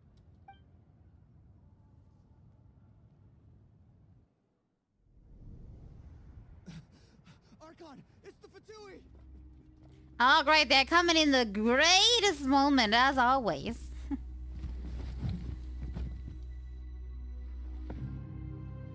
They're smelling that. Archon of Natlan. They're like, it Of smells course, like to they be have reckoned. problems. Let's go in. Capitano The making his secrets of entrance. the ley lines is no secret to me. Long have they been destined for ruin. Give me that, I'm the more important character. And since the oath made 5 centuries ago remains unfulfilled, what use is the Gnosis in your hands? I don't know what you mean. But it sounds like this is about more than the Tsaritsa. In times of crisis, someone must pick up the mantle of salvation. Your plan has reached an impasse, and now it falls to me to create new rules for Natlan. But before the dawn of a new age, the old must be destroyed. I wonder what kind of thing he talked about that wasn't fulfilled. I assume that's the end of your speech? Good. People like us.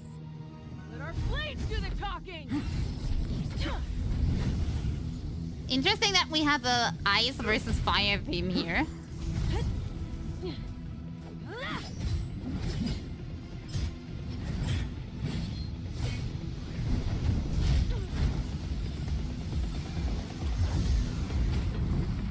Marika could do better though when she's not using a craftable weapon for everything. Clearly at a disadvantage because of that.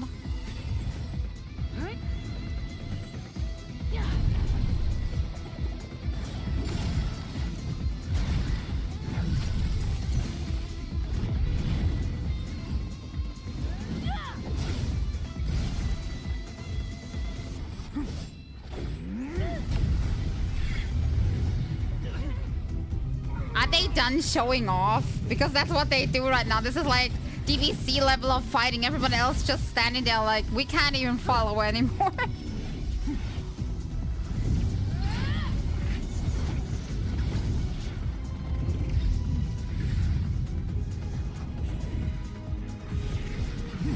But that's top-notch animation, just saying, okay?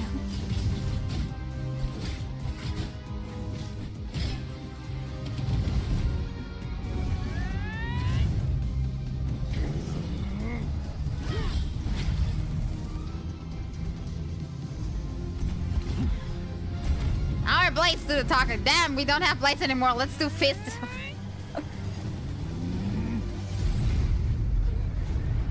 And that's how the world exploded.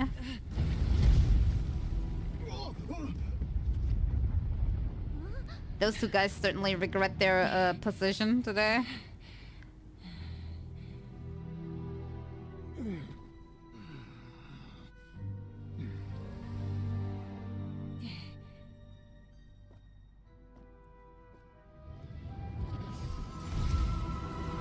Well, looks like he lost and now he bails. That's a typical villain move, by the way. That's not the last you've seen of me. I shall return. Or something like that. Send word. The captain and his followers must be apprehended. But that was one epic fight. I'm just gonna say I like that very much.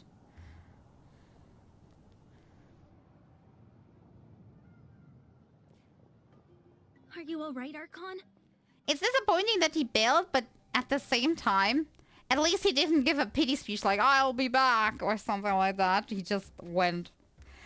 Made the right choice and went away when he was not winning. But I got the feeling, personal feeling, this seemed on time.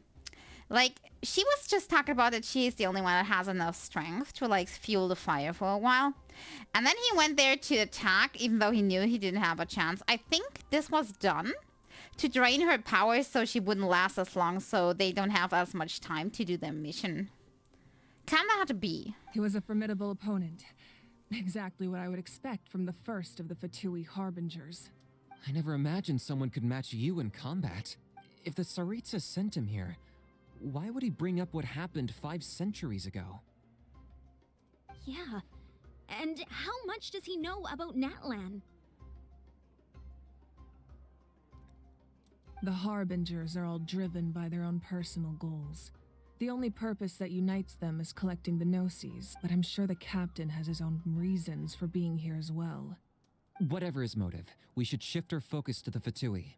If they attack again and we're not prepared, we're done for. No, we're running out of time. The wound I inflicted should hold him back and weaken him for the time being. Besides, I'm sure you noticed, the power that came to his rescue just now came from the Masters of the Nightwind. And does that mean we do have traitors in the tribes? In other words, there are traitors among us. What I just said, Kinich. Not necessarily. But thank you This for could confirming. prove to be a very valuable turn of events. When we exchanged final blows, I sensed an unusual presence within him. I'll need to investigate further. Kinich, go to the Masters of the I think Night she Wind and noticed- look into who could have aided the captain. Speak to Lali. She should know.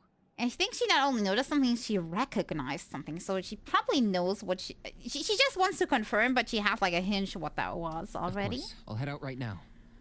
Do you still intend to... Yes, but fear not. Which probably means it's something that she knows of. Natlan's strength has never rested solely in its Archon. Good thing that you're not hearing anything, but out on the street... Excuse me, it's so loud. Good filter, good microphone. The back street, a little bit further, is getting like completely like renewed and everything. And out there are again workers, and they're making such a noise just now that my whole room vibrates. By the way, from whatever they're doing, I think they're putting something into containers, like probably some sort of old stone or like road pieces or something. And I'm sitting here like, what happened?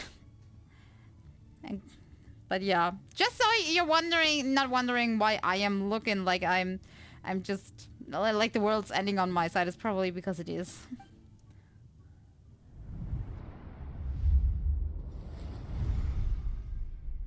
Together we foresaw the only path that leads to our nation's future.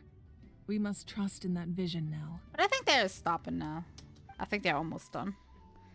Good.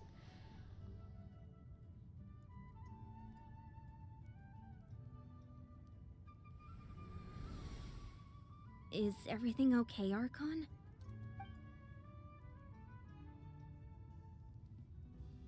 Completely fine. Just lamenting the fact that I never got a picture when I could still turn my hair into flames. Too late now. I just hope the others have a safe journey.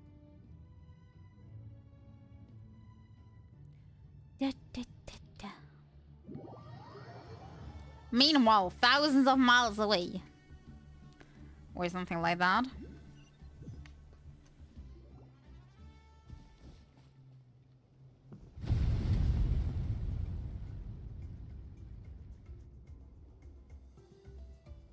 Everybody, what the heck was that? What's happening at the stadium? Did something explode?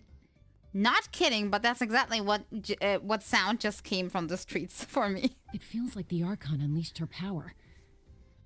She must be fighting a formidable opponent. Should we go back and check what's going on?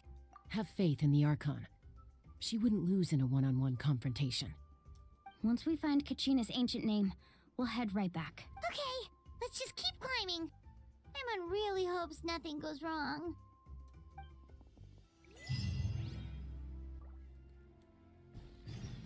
Let's go climbing. Quit following me.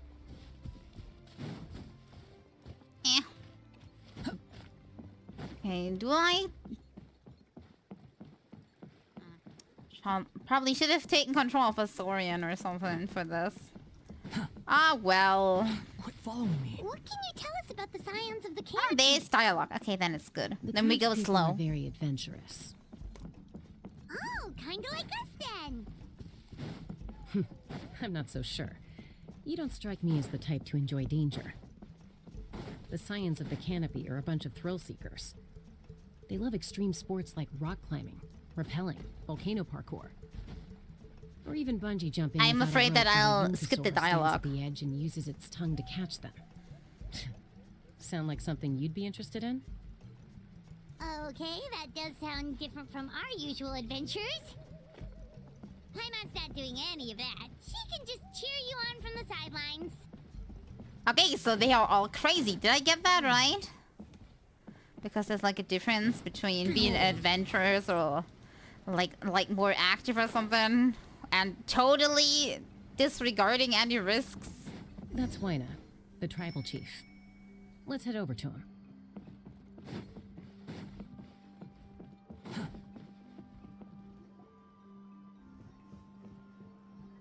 Chaska.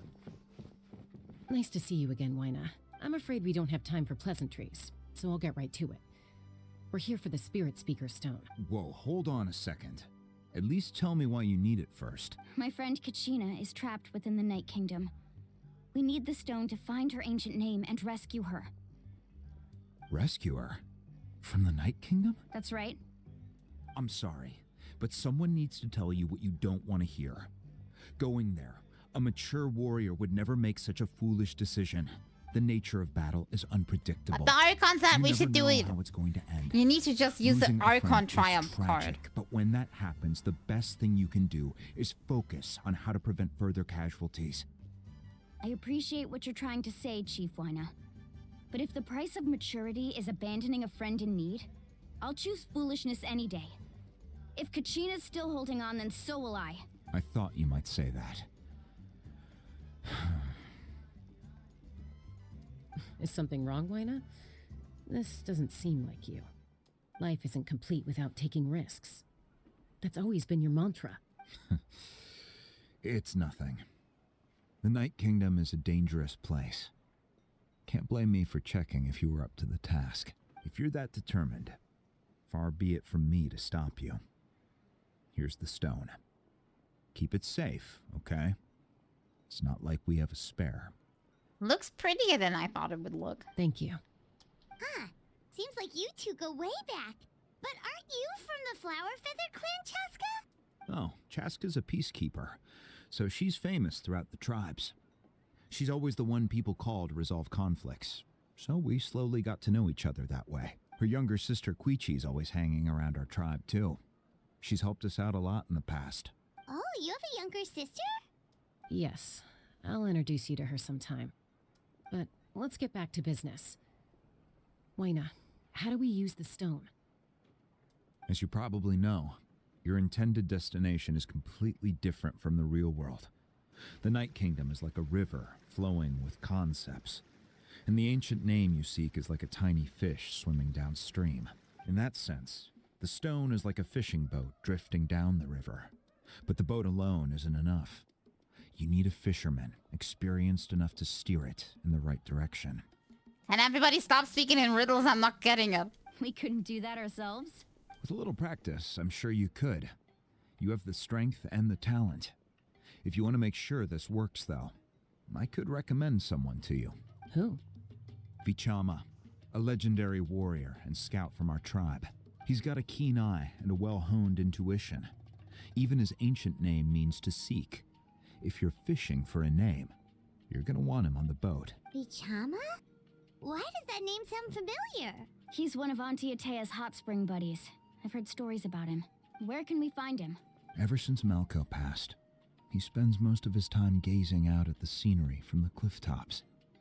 Follow the path that way, and I'm sure you'll find him. Thank you. We'll go look for him there.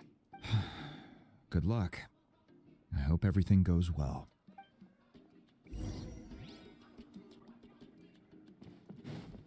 The wind rises. Okay, which person? Oh, this one. The one that's furthest out, of course. Someone admiring the scenery from the cliff tops. Ah, that must be him! Hello there, are you Vichama?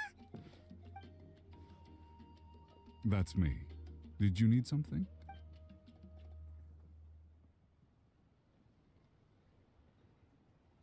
It's a lot of explaining. You're saying you can bring someone back from the Night Kingdom.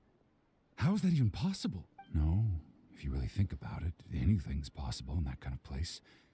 But that would mean... Are you okay? You don't look so good. Everything's fine.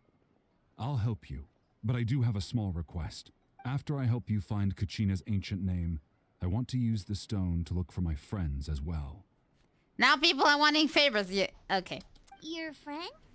Oh, why not mention someone named Malco? Is that who you're talking about? Yes, but I'd rather not get into it if it's all the same to you. That's not a problem. We agree to your request. Yeah. Since you're helping us find Kachina's ancient name, it's only right that we return the favor. Then we're agreed. Can I have a look at the stone?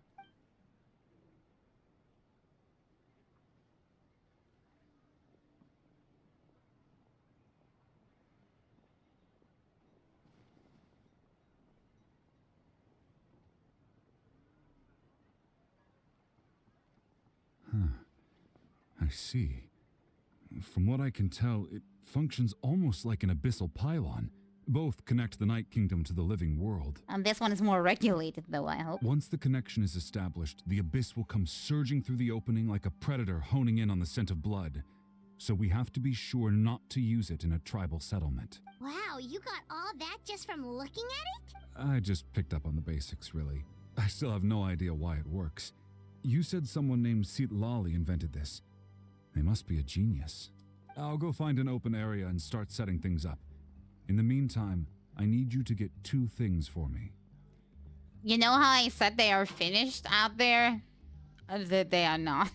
They just started at it again. We'll go right away. What do you need? First, I'll need some hook ropes. Pretty much every store around here carries them, so no need to go anywhere special. Oh, and I need to build a net out of them, so make sure you get a good amount. Wait, are you saying you're going to use a real net to catch Kachina's ancient name? How does that work when one's tangible and one's not? By creating something tangible in our world, like a net, we can create a connection to a corresponding concept in the Night Kingdom. Basically, I'm going to use the concept of a net to catch something equally intangible, an ancient name. Oh, I see. What about the second thing you needed? Right. I need 2 chunks of obsidian. Once we bring the ancient names into our world, we'll need a place to store them.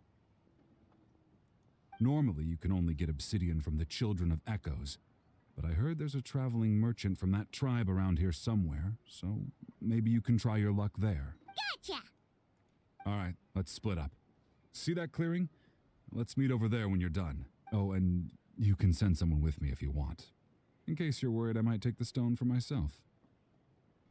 Now that you mention it, I was worried, yes. What do you think, Chaska?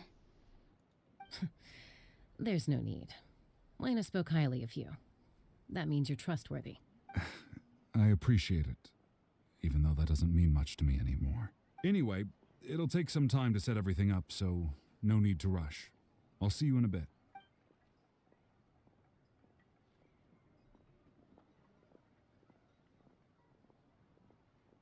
What an odd guy. He seems so defeated, but also really invested in the stone at the same time. I don't have any more insight than you, Paimon. Let's just focus on the preparations for now. Something seemed off, yes. Come on, Kachina. We're coming for you. This guy seemed a little off. Quit following me.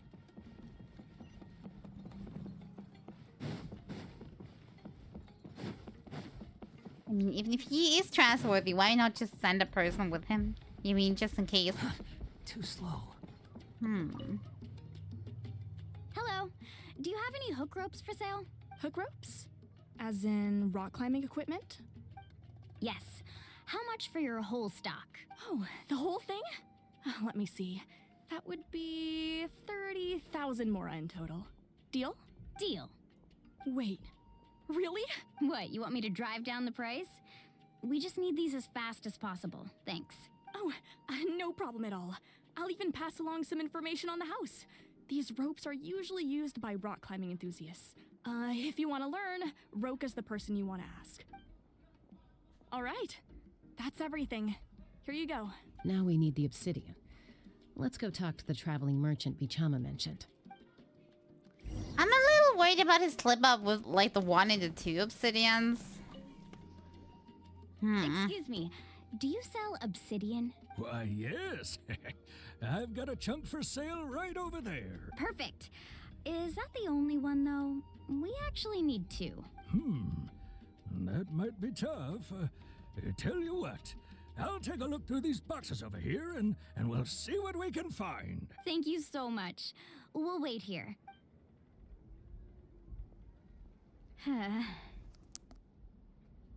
Relax. Everything's going according to plan. I know, it's just...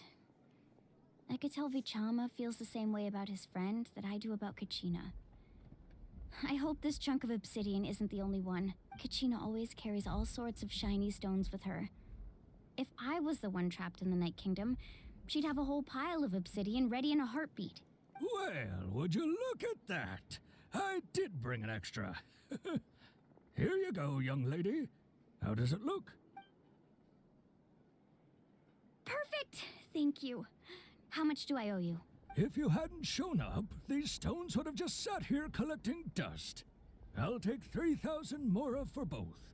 Here you go. By the way, I heard you mention Vichama just now. You running an errand for him then? How's he doing? Malco's been gone for 5 years now. Something is a little fishy. Everybody knows it. I heard about it in passing while I was out drinking one night, but I don't know all the details. Vichama and Malco grew up together, and even made a name for themselves together. Malco was an amazing fighter, capable of knocking out multiple opponents in a single hit, while Vichama excelled at scouting and analyzing the battlefield. The two made an excellent team, and managed to beat back the Abyss several times. 5 years ago, they both emerged triumphant in the pilgrimage, and were placed on the same team to fight the Abyss. But on the eve of battle, the Abyss launched an attack on their tribe, and Vichama suffered an injury to his leg while attempting to rescue someone. Then what happened? The team agreed that he couldn't fight the Abyss in his condition. Vichama didn't argue. He knew going to the front lines with an injured leg would make him a burden in battle. So they raised the issue with the Pyro Archon, and she agreed to let him stay behind. It's just Malco and the others ended up facing hordes of abyssal monsters in numbers that far exceeded anyone's expectations. The team made an error in judgment, and they fell to the onslaught. That kind of explains why he desperately wants that name. Vichama went into a deep depression after that. He blames himself for everything. Oh, you're not wrong. But it's possible he chooses to blame himself. Not because he did something wrong, but because he wasn't able to do anything at all. I've tried convincing him to move forward, to stop dwelling on the past. But the shadow of Malco's death hangs over him still. The Abyss has caused so much suffering, and some wounds never heal. Like the kid's always running through the something picture. he could do to make himself feel better. But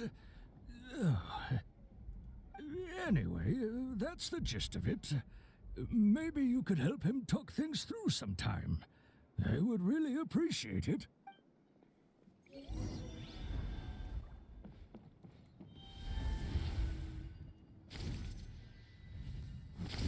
Yeah, if he's not betraying us in any way right now already, we'll try to talk it through with him.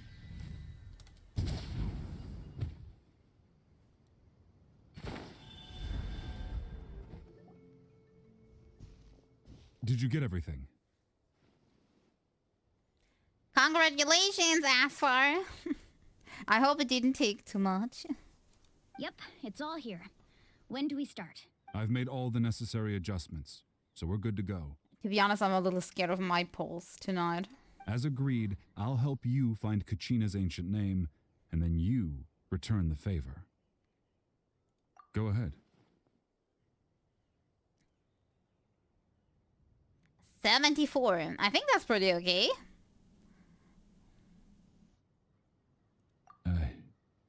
After Malco fell, I scoured the battlefield to see what happened. It turned out he wasn't bested by some impossibly powerful foe. He was dragged to his grave by the sheer number of enemies. If I had been there, I would have been able to sense the danger. I could have warned them not to advance. I've always blamed myself for what happened. But when you told me about Kachina, I realized there's a chance Malco might also be alive, fighting for survival in the Night Kingdom. But that happened several years ago, right? The Pyro Archon said all life within the Night Kingdom eventually becomes one with the Sea of Souls. There might not be much hope, but I still have to try. Trying doesn't hurt. Malco and I promised each other, even if we never managed to root out the Abyss for good, we would fight together until the end. All right, let's get to it. I'll start searching for the conceptualized version of Kachina's ancient name. If you see any fragments scattered around the area, please collect them. Is this going to be Make sure a you fighting prepare scene? yourselves for battle. As I said, the stone will link the mortal realm to the Night Kingdom. The Abyss will likely emerge in response. Look at that golden thing. It must be one of those fragments Vichama mentioned. Not just run through. I have to actually click on them. Quit following me.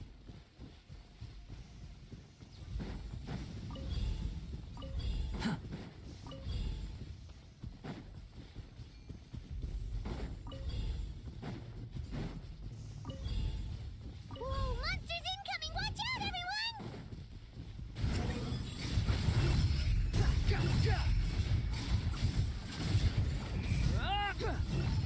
Search for it.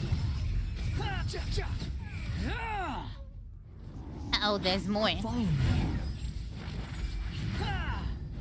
The wind knows me. Behold.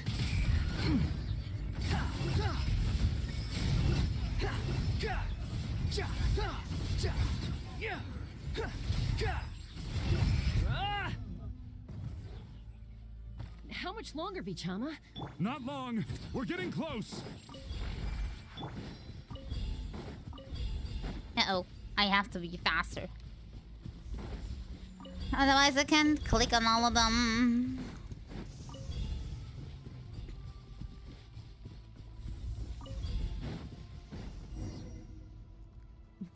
I was like, how? Why can't I move anymore? Took me a while, lost some of the balls. I mean, I also didn't click on like a few.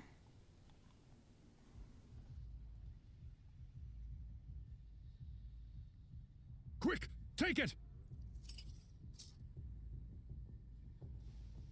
I found Kachina's ancient name. Hang in there, Malco. Just a little longer. Something's not right. The power of the Abyss is getting stronger. The Abyss is corroding his body. Vichama, you can't keep going. You'll die. I should have died 5 years ago. I just need a little more time. Please, I'm almost there. I mean, it's his decision. Thank you.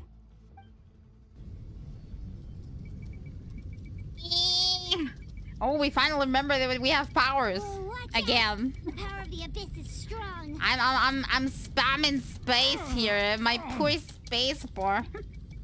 My poor key. Better than nothing though. It works. This power.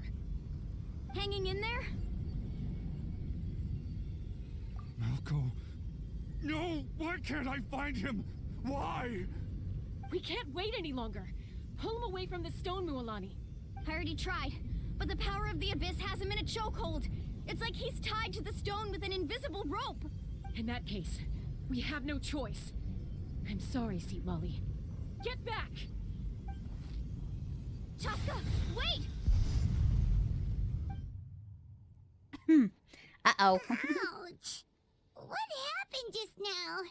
It looked like the spirit speaker's stone was... Hey to you too. Sandra, what's up? What's up? I'm a little stressed, but other than that, I'm doing good. What's about you? The stone's power was spiraling out of control. The only way to stop it was to destroy it. You were all caught in the shockwave of the explosion. You might feel dizzy for a while, but that's normal. We only had one of these and you broke it, but I guess it was for good cause. Give us a heads up next time, will you? You're lucky we managed to dodge it in time. I thought I said to get back. Yeah, barely a second before you made it go poof. Not everyone has your reflexes, Chaska. We were this close to getting dragged into the explosion. You're fine doing breakfast? What do you have for breakfast? Okay, I'll be more careful next time. At least Kachina's ancient name is still in one piece. Wait, where's Vichama? Vichama! He is having an emotional breakdown, I think. Something like that. Vichama! I couldn't find Malco's ancient name. It must be completely gone by now. Once your ancient name disappears, there's no coming back. From the very beginning, I knew there was a slim chance, but still. And now... it's too late to save him. From the minute he left that day, it was already too late. Vichama. I'm sure he's heard enough condolences over the years.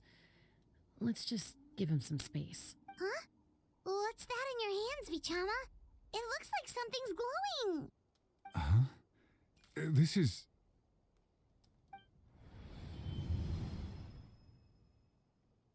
It's magically spookalooga. Probably a vision. Hey, Malco. Got any strength left? Not enough to swing a sword, but to say a few last words? Sure. Too bad. No one will get to hear them. I never thought I'd actually die on this mission. Not that I'm afraid to die. It's just... hard. Thinking about my mom's face when she hears the news. Guess I have something to be thankful for then. My parents died a long time ago. They won't have to mourn me.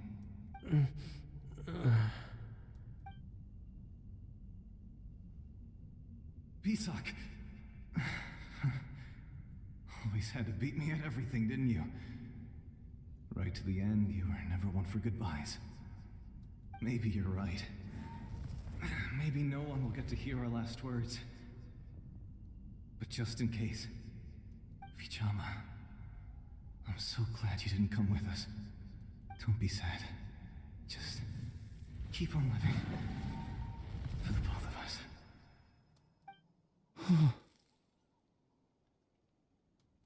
Everyone else is just standing behind him wondering what the hell is going on. A memory?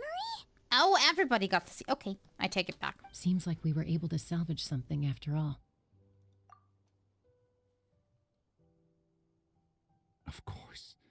Seeing him, hearing his voice again, it makes me unbelievably happy. But it also brings with it an even deeper pain. A deeper pain? Why?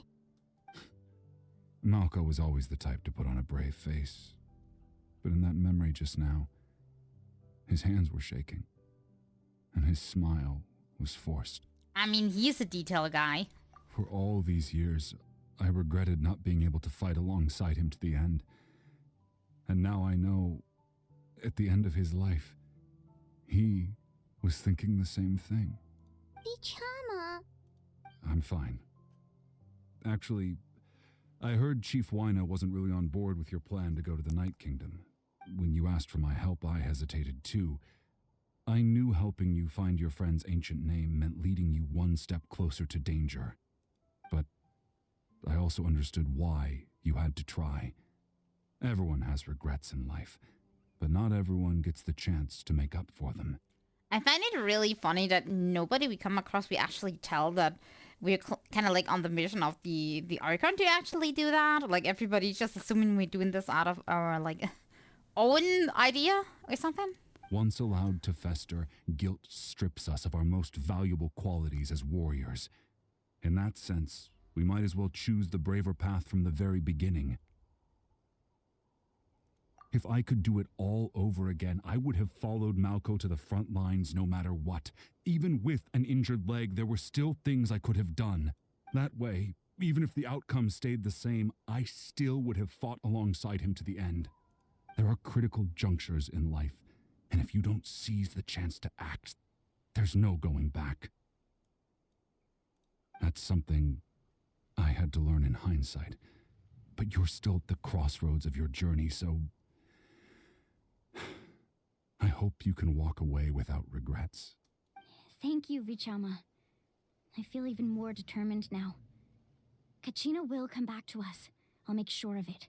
I promised I would find her, and I intend to keep that promise. That's good to hear. Strange. My body, it's... Once abyssal corrosion enters the body, a portion will fuse itself to your internal organs. Even though the Traveler possesses powers of purification, The corrosion can never be fully eradicated. Dang, how many more people are gonna die of abyssal corrosion in this area? Thanks to her, though, you were only briefly exposed. Slowing your breathing and controlling your emotions should help you keep the symptoms in check.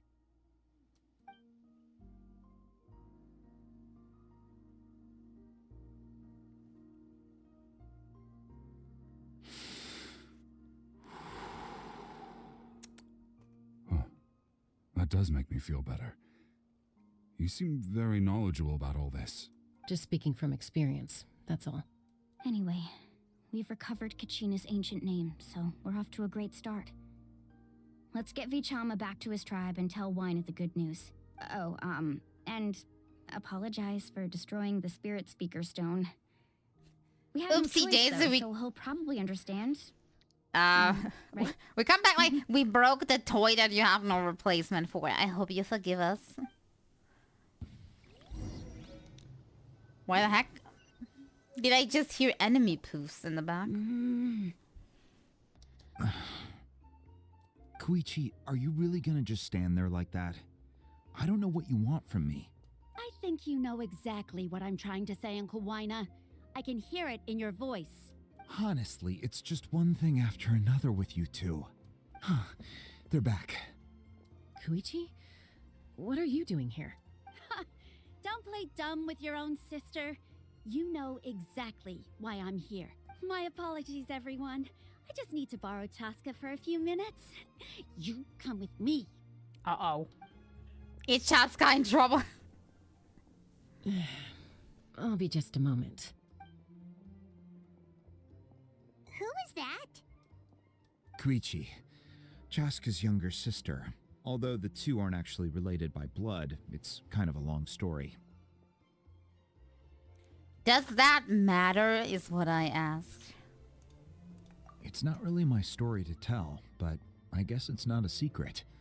You see, Chaska was actually raised by cuckoo sores. She was afflicted with a rare disease when she was a child, and abandoned in the wild as a result. The Abyss found her out there, all on her own, and tried to devour her. But in the end, all that did was trigger her will to live. That strength of will pushed her to survive. But it also planted a seed of conflict within her. Eventually, she was adopted by the cuckoo source. Wherever they went, she followed, getting into fights right and left. For some reason, Paimon can totally imagine that. Well, when Chaska finally returned to human society, it was Koichi's parents who adopted her. At the time, Chaska still had a habit of getting into fights, so Koichi was always taking her around, apologizing to everyone. Ah, I remember those days. One of those fights was definitely with me. But, you know, kids. You're fighting one minute and your friend's the next. Eventually, she found a way to rein in that desire to fight. And now she's who people call to resolve conflicts. She's known as the Peacemaker. It sounds like she still argues with Koichi, though. Don't siblings usually stop fighting when they get older? That's partly my fault. Koichi asked me to stop Chaska from doing anything dangerous, but you probably know by now, once Chaska makes up her mind, there's no changing it. Oh, I get it. Uh-oh. No wonder you tried to talk us Now out of she's going getting to an the Night earful, Kingdom. I understand. Chaska even said that wasn't like you. I'm all for your adventure. You need to take risks when you're young, because by the time you're my age, you couldn't attempt something like that even if you wanted to. Better try now than live with regrets later. That's what I say. Still, I can understand where Koichi's coming from. In the end, nobody wants to sit back and let a loved one put their life on the line.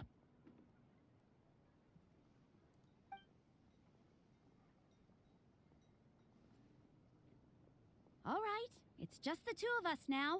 You have 1 minute to explain yourself. I don't have anything to say. I'm gonna get the You clock. don't have to approve, but you should know I only do what's necessary. That attitude is exactly the problem.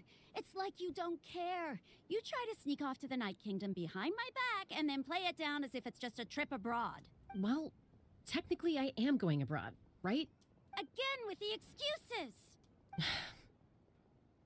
We agreed, didn't we? There are 4 levels of danger. If it's not something urgent, you can only engage in level 2 danger and below. Now danger is You can only calculated go up to by 3 level. If a situation is so dire, there's absolutely no alternative. But a trip to the Night Kingdom? If that's not a level 4, I don't know what is. And you were just going to sneak into the place without saying anything. What do you mean, sneak into the place? I always planned on walking in there with my head held high. You bought off Uncle Wina, didn't you? He promised me he'd stop you from doing anything dangerous. Oh, it's like he didn't even try. You feel like he went back on his word. What if I told you my mind was made up, and there was nothing he could have done? Not even by force. Oh, I knew it!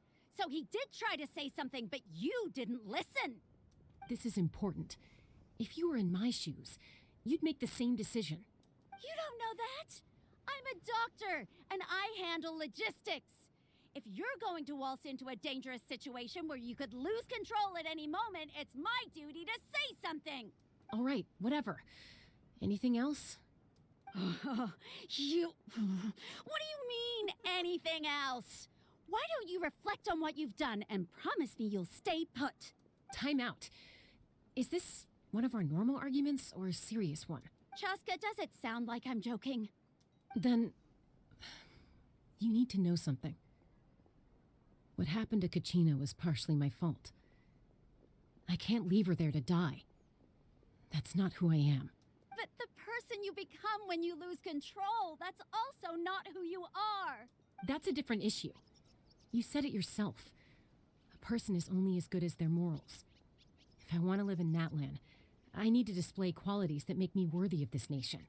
I've also told you that managing your condition is equally important. Sometimes you have to make sacrifices. Okay, now I want to know what the condition is. Here. If we keep going, I might actually have to get serious. And I think Wina prefers his roof attached to his house. Is that a threat? That sounds like a threat to me. Koichi! Younger sisters are supposed to listen to their elders. The trump card. You baby. So, you're really going to go, no matter what I say? I'm supposed to be your sister. Then support me. I'll be back. All you have to do is wait. Chaska. So, that's it. Why'd you have to turn out to be so darn annoying?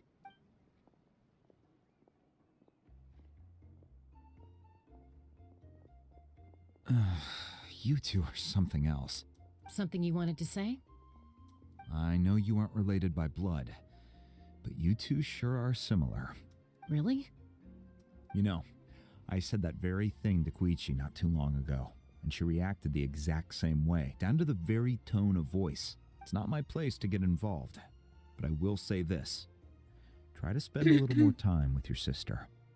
You're tough kids. That doesn't mean you have to go it alone. Thank you. Anytime. All right. If you're done with the Spirit Speaker Stone, you might as well hand it over. According to Kinich, it's an important ceremonial artifact, so it'd be safer to keep it with me. About that. It's in top-notch condition, but not working anymore. If only Tonegif Bard was here, he could have repaired it just like the Holy Liar. You mean tricked everybody?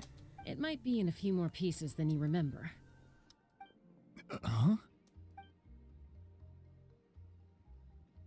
It looks so different now. Like, and there's so many NPCs that have such unique models. I like it.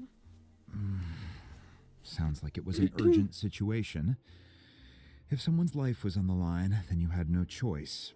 Still, Citlali's going to be a nightmare to deal with now that you've broken her stuff. I'll explain everything to her later. Stay safe out there in the Night Kingdom, okay? I'll wait here for your safe return.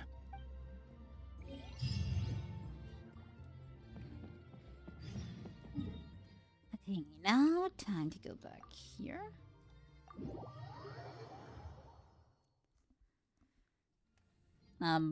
Okay, in here. I thought that was one of the automatically opening doors. Nope. Just look like an idiot. We're back! We found Kachina's ancient name, too! Well, it's fairly complicated. Let me give you the condensed version. I do like all the Natlan characters having so many feathers. I am a big fan of feathers of any kind in character designs. The Fatui again? We can't go anywhere without them causing trouble. But what if the Fatui finds out you've lost your power? Won't they try to take advantage of the situation? That's why it has to be our little secret. No one else can know, or we're asking for trouble. Look, I wish I could offer you some sort of consolation, but I won't lie to you. With multiple factions closing in, there's nothing comforting about the situation we're facing. Still, all you need to do is focus on your goal. You can leave the complicated matters to me. I can also step in on the Pyro Archon's behalf. There's a limit to what I can accomplish, but I'll help you however I can. There's no need to be so modest, Yan-san. Your incredible strength has long been a well-known fact. You're the pride of your tribe. Archon, I'm sorry about before. You have so much on your plate, so much that you have to worry about. But all I could do was focus on my own feelings.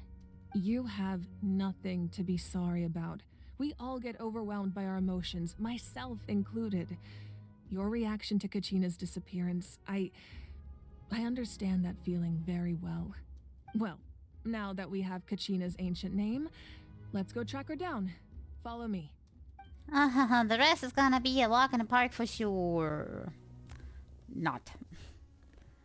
Probably gonna be even worse. Probably more fighting. So that's a good thing for me, at least.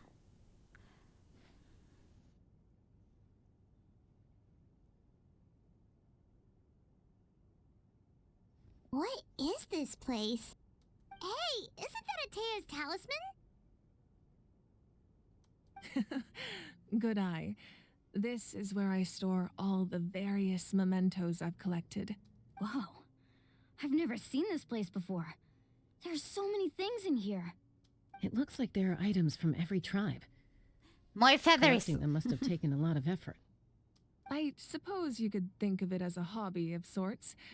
In Natlan, everyone grows up listening to the stories of heroes, and physical items do a far better job of preserving those stories than our own memory. Now, I still have some preparations to make for the ceremony, so feel free to take a look around in the meantime. If you're curious about an item, I'm more than willing to tell you about its origins. So, am I just supposed to, like, click on every item now? We'll have a look. Okay. Well, have a look. I'm actually a music player. Very interesting. It looks like... Oh, wait. I can look at the stuff. It's just the front items that I can't interact with in any sort of way. Then let's talk to everybody and look at every item. Care. This cup, for example, it's heavier than it looks.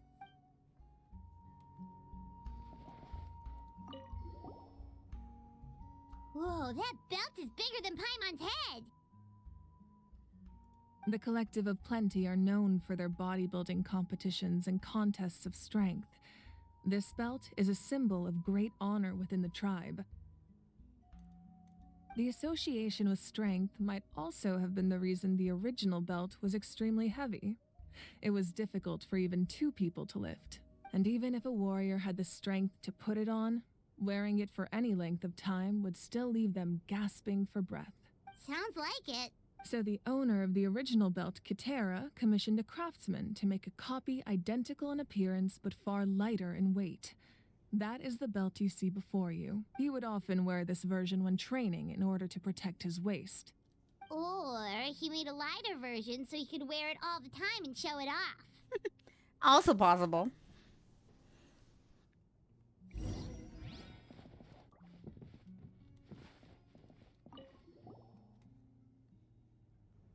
There are so many jars and potions around here. Do they have anything to do with alchemy? No, those belong to the Masters of the Night Wind. They're ceremonial tools used to amplify the ability to communicate with the Night Kingdom and the Wyab. Yamaya is an expert in this field, and she taught me a lot. Even though she appears stoic and serious, she actually has a keen sense of humor. The tools you see here are quite traditional. Her students found them outdated, so she passed them on to me. The contents of the jars aren't all that special. Except the big jar in the middle. That's what she really wanted to give me. Ooh, must be something really cool. What's inside? Grape juice. Huh? It's quite tasty, although probably expired by now. But, I mean, it's the thought that counts, right? Okay, we got the jar. Okay, we take it from this side. This flower looks like it's thriving. You must be good at taking care of plants, Archon. This fishing basket looks familiar. Hey, there's a fishing rod here. It must have belonged to the people of the springs. That's right. It belongs to a legendary fisherman named Matavaru. I have his entire set of fishing equipment, actually. He and I met in a tavern. He told me about a particular kind of giant fish and his meticulous plan to catch it. In his eyes, I saw a hunger and a strong fighting spirit. To him, the sea was the battlefield upon which he staked his honor. So, did he do it? The next time I saw him, he was covered in scars. It turned out the fish he sought had been corroded by the abyss. Is everything corroded by the abyss in Natlan? Just ask He it. managed to kill the fish, but sustained a serious injury in the process, which meant he could never go deep-sea fishing again. Can a fisherman claim victory if he fails to bring back his catch? That's what he asked me in the end. Well, Paimon thinks he won. That was my answer as well. The experience was far more valuable than the prize itself. In the end, he didn't want his tools to go to waste, so he gave them to me. Wait, that means you also know how to fish. Maybe we can go head-to-head sometime.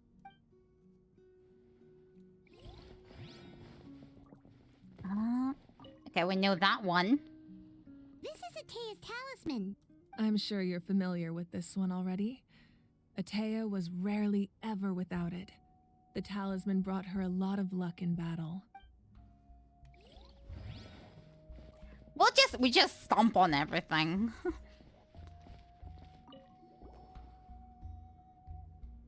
Whoa, this weapon is huge! Which tribe did it belong to? Ah, that weapon belonged to Tenoch, a hero from 500 years ago. Strictly speaking, he didn't belong to any single tribe. That's because even before the disaster with the Abyss broke out, he had already been exiled. Exiled? It was a punishment imposed out of necessity, but he accepted it all the same. He believed it was what he deserved. Probably something of importance here. Hey there, Mia. Thank you for the hydrate. When the Abyss attacked, the tribes found themselves in urgent need of a powerful figure to lead them into the battle, and there was no one more courageous or resolute than him. He united the 6 tribes and accomplished great feats throughout the war. Ultimately, he perished, and because he had already lost his ancient name, the Ode of Resurrection was unable to bring him back. And so, he was laid to rest, alongside the countless warriors and civilians who lost their lives, buried in the soil of his native land. Wow, he sounds like a true hero. Indeed, even now his story is told throughout the land. Why was he exiled though? Nobody talking about that one. Okay, I think we got everything. I just need to talk to her now, right? So I think, yeah. Pretty sure we gotten everything.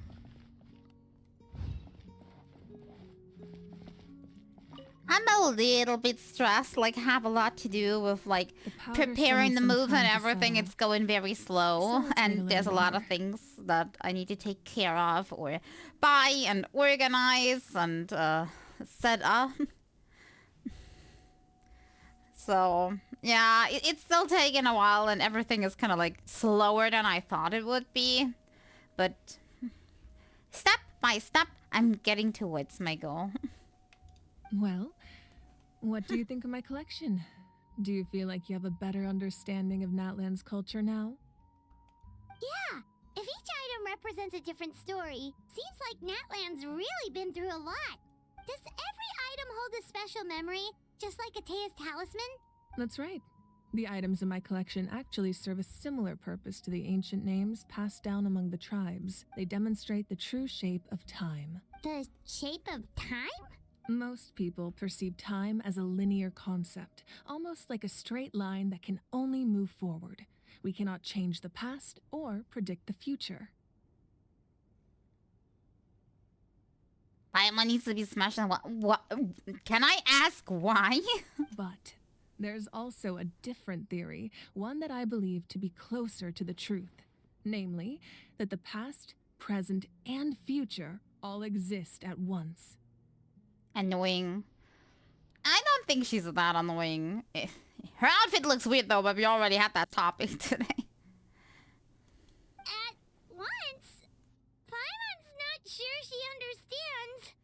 The thing that is annoying about Paimon is that she's talking instead of the traveler. I would like it if the traveler was talking more. That's the thing that's kind of like annoying me about Paimon's existence. More than her character, it's in of itself. And Paimon during fishing, because she only has like 3 lines that she repeats. Let's say your journey ended right now. Thinking back on your experience in each nation, which one would you say was the most important? Exactly. Even at the end of your journey, the things you experienced along the way don't cease to exist. They become part of who you are.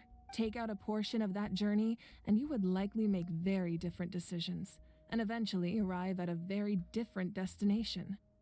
The future is the same way. It exists even though it has yet to come to pass. We just lack the means to perceive it. Of course, there are those with the power to foresee the future. They simply call it by a different name. Fate. You're quite familiar with that concept, I would imagine. That does kinda make sense. The future hasn't happened, but already exists.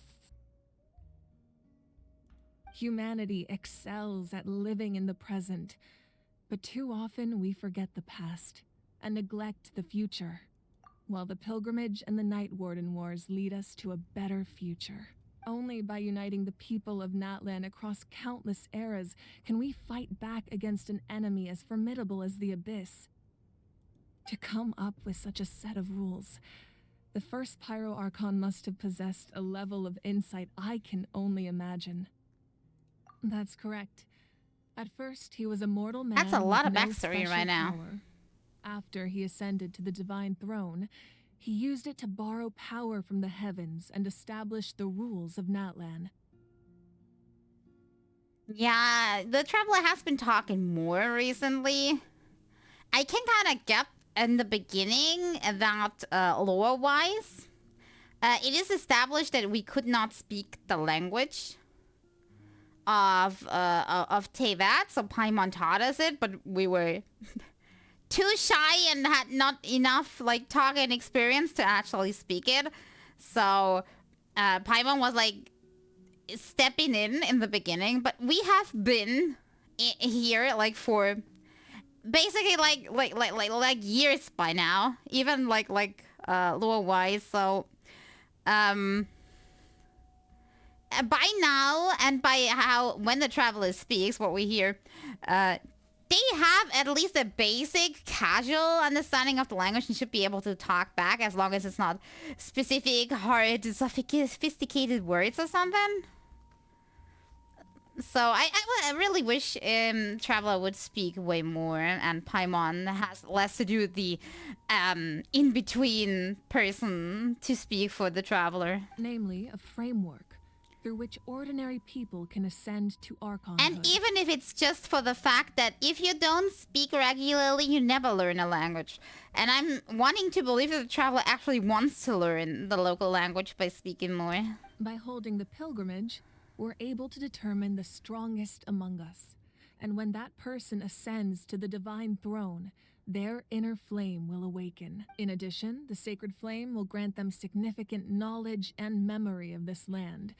After all, that's how I came to know everything I just told you. So, it all comes down to the power of the divine throne and the rules. Wait, is that a family portrait? I want to see. Wait, I'm waiting until that screws all the way over. No, it stopped. Can we see more? Yes. That's my mother, father, younger sister, and the little saurians we raised. Very, very cute. I turned a piece of my dad's leather armor into a canvas and commissioned a famous artist to paint our likeness. Your sister is so cute! It looks like the two of you are really close. Paimon was having a hard time thinking of an Archon as an ordinary person, but seeing this portrait, it kind of makes sense now. It really doesn't look like there was anything special about you before. Oh, wait, is Paimon allowed to say that? She only meant it in a very good way. A little late for that question, don't you think? Sorry! Paimon's so sorry! Paimon's mouth works faster than her brain sometimes! It's alright. I'd never get upset over something like that. No matter what others may say, my past is a precious part of my identity. I'm forever proud of the life I used to lead. Becoming the Archon doesn't mean you sever ties with your family.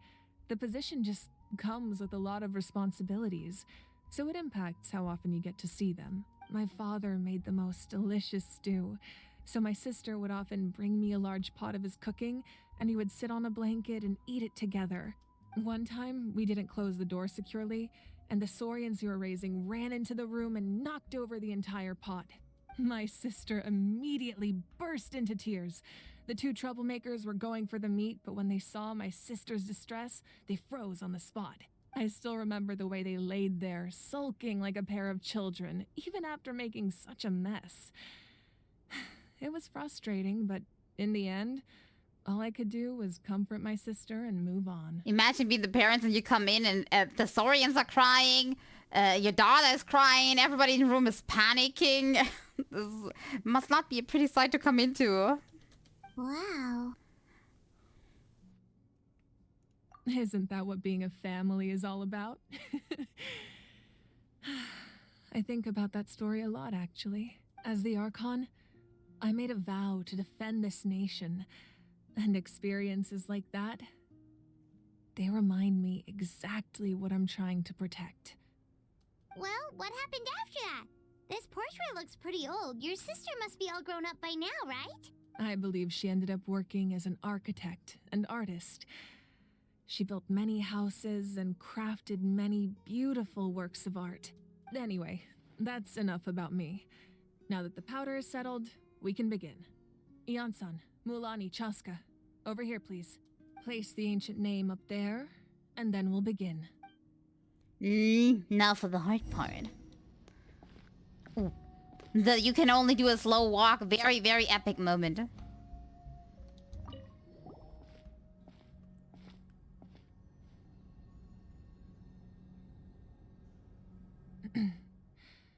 Surely as the echoes of life resound through heaven and earth, so too shall our stories remain eternal.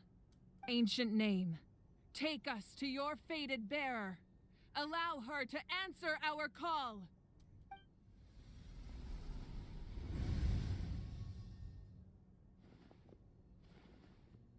Am I hallucinating again?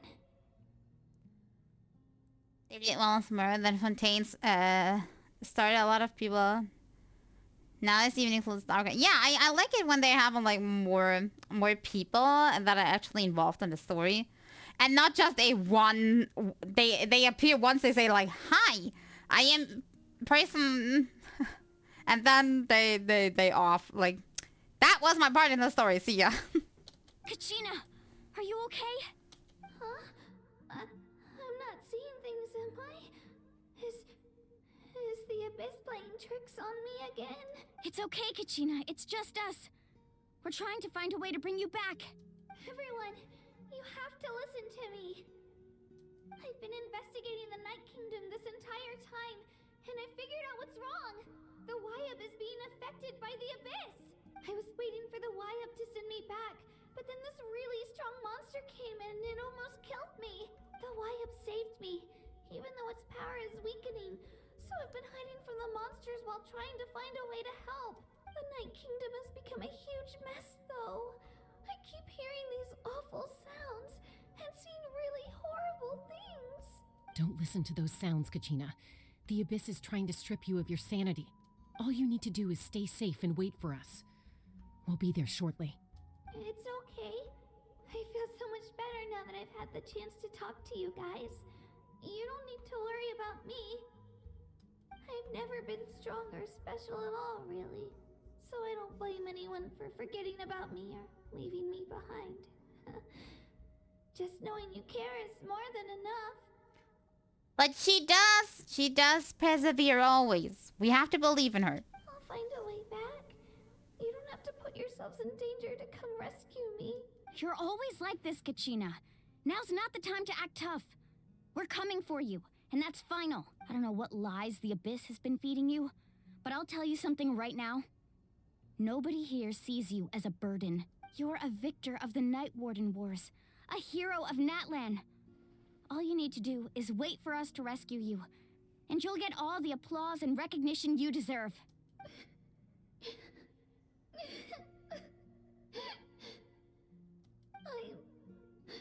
I'm really scared. Everything's so dark and creepy here. And I want to go home. You know, this is like bittersweet sad because she was so happy. Like you know, like this. Oh, I want to participate in the war. I'm so happy. And then when people actually are in the war, then that's what happens. I'm just saying, okay? It's just so sad. Still, I don't want you to put yourselves in danger because of me. I don't want to hold anyone back ever again. All you need to do is place your trust in us, just like you always have. No one fights alone. We're not leaving you behind. Not ever. Yeah, we're so close. We can't call it quits now. Thank you. Be careful. Looks like we've lost contact. Now comes the most dangerous part. You have to traverse the Night Kingdom in your physical form.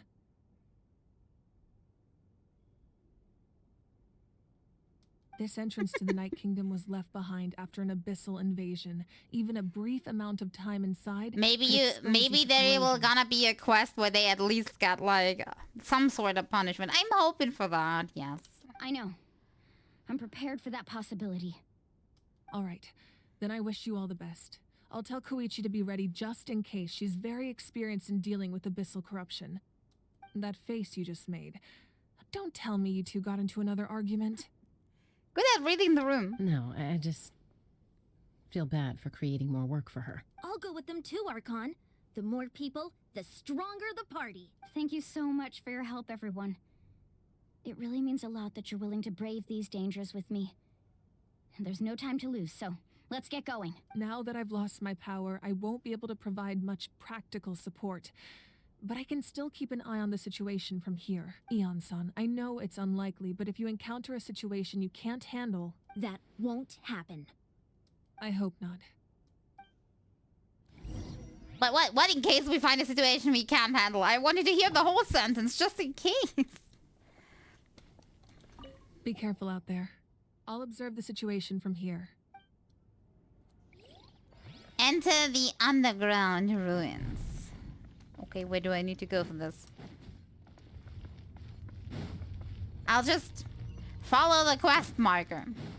Like one should.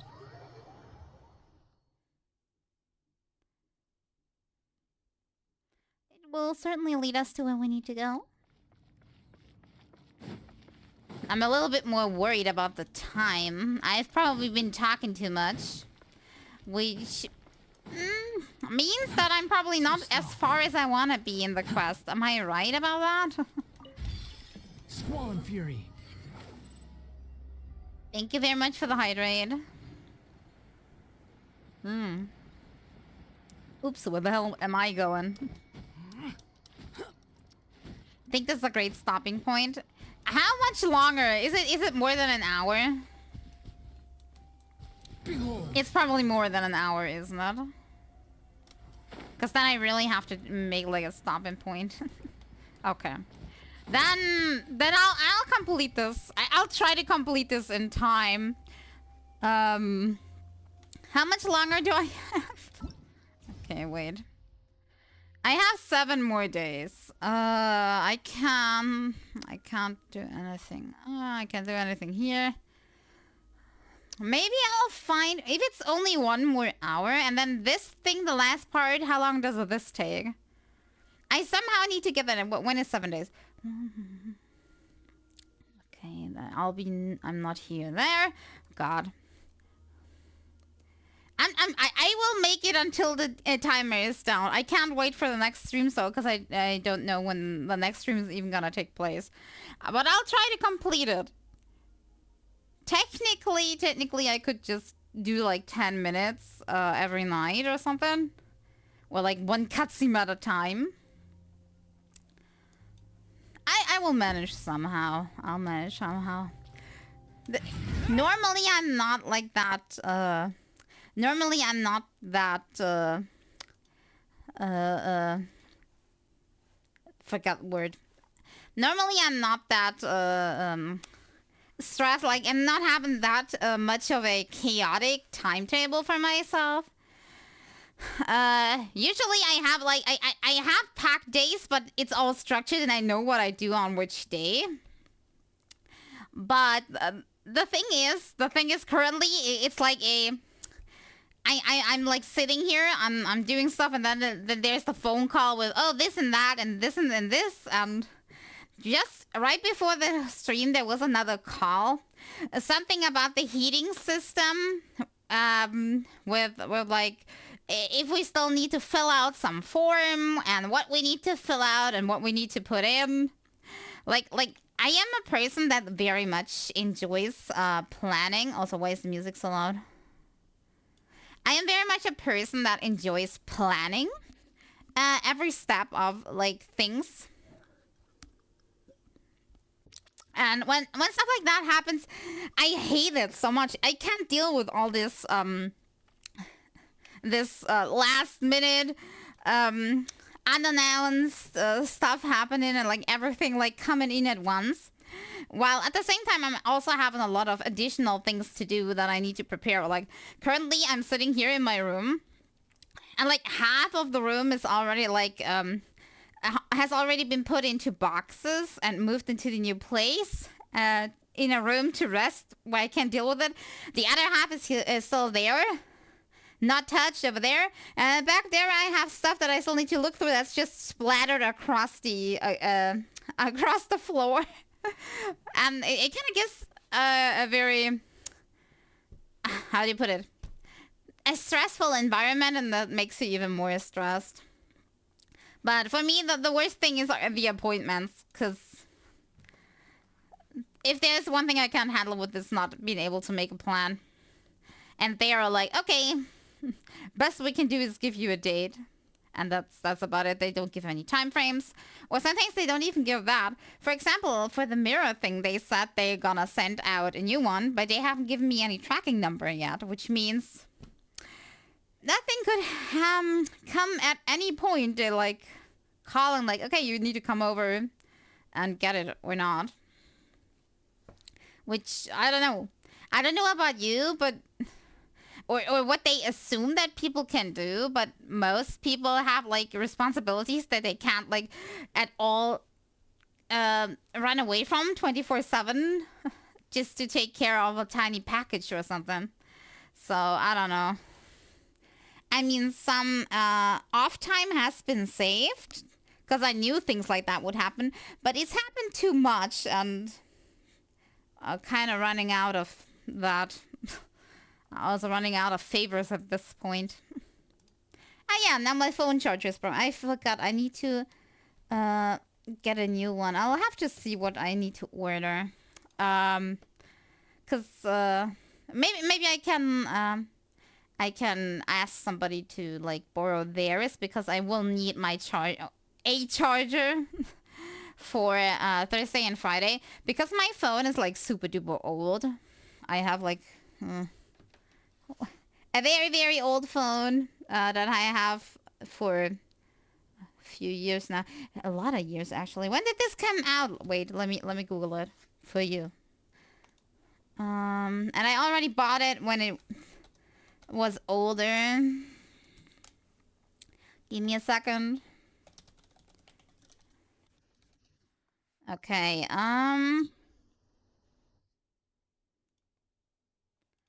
okay, it has been... Wait. Where does it say it? Must be somewhere.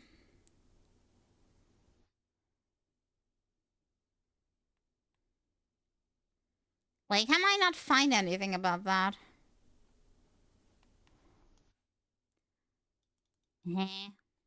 There must be something where I can find how old the freaking phone is. Okay.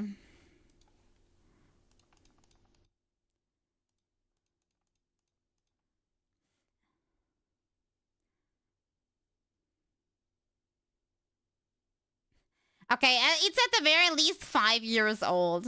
Check Google. I don't know, I'm just getting advertisements for the phone when I'm going on Google. It's a cheap brand. It's at least 5 years old by now. And the thing is, the battery has turned... it has turned bad, which means it's not holding that long. And I need to charge it more often. And it's also a very cheap phone. The brand is this one. Wait.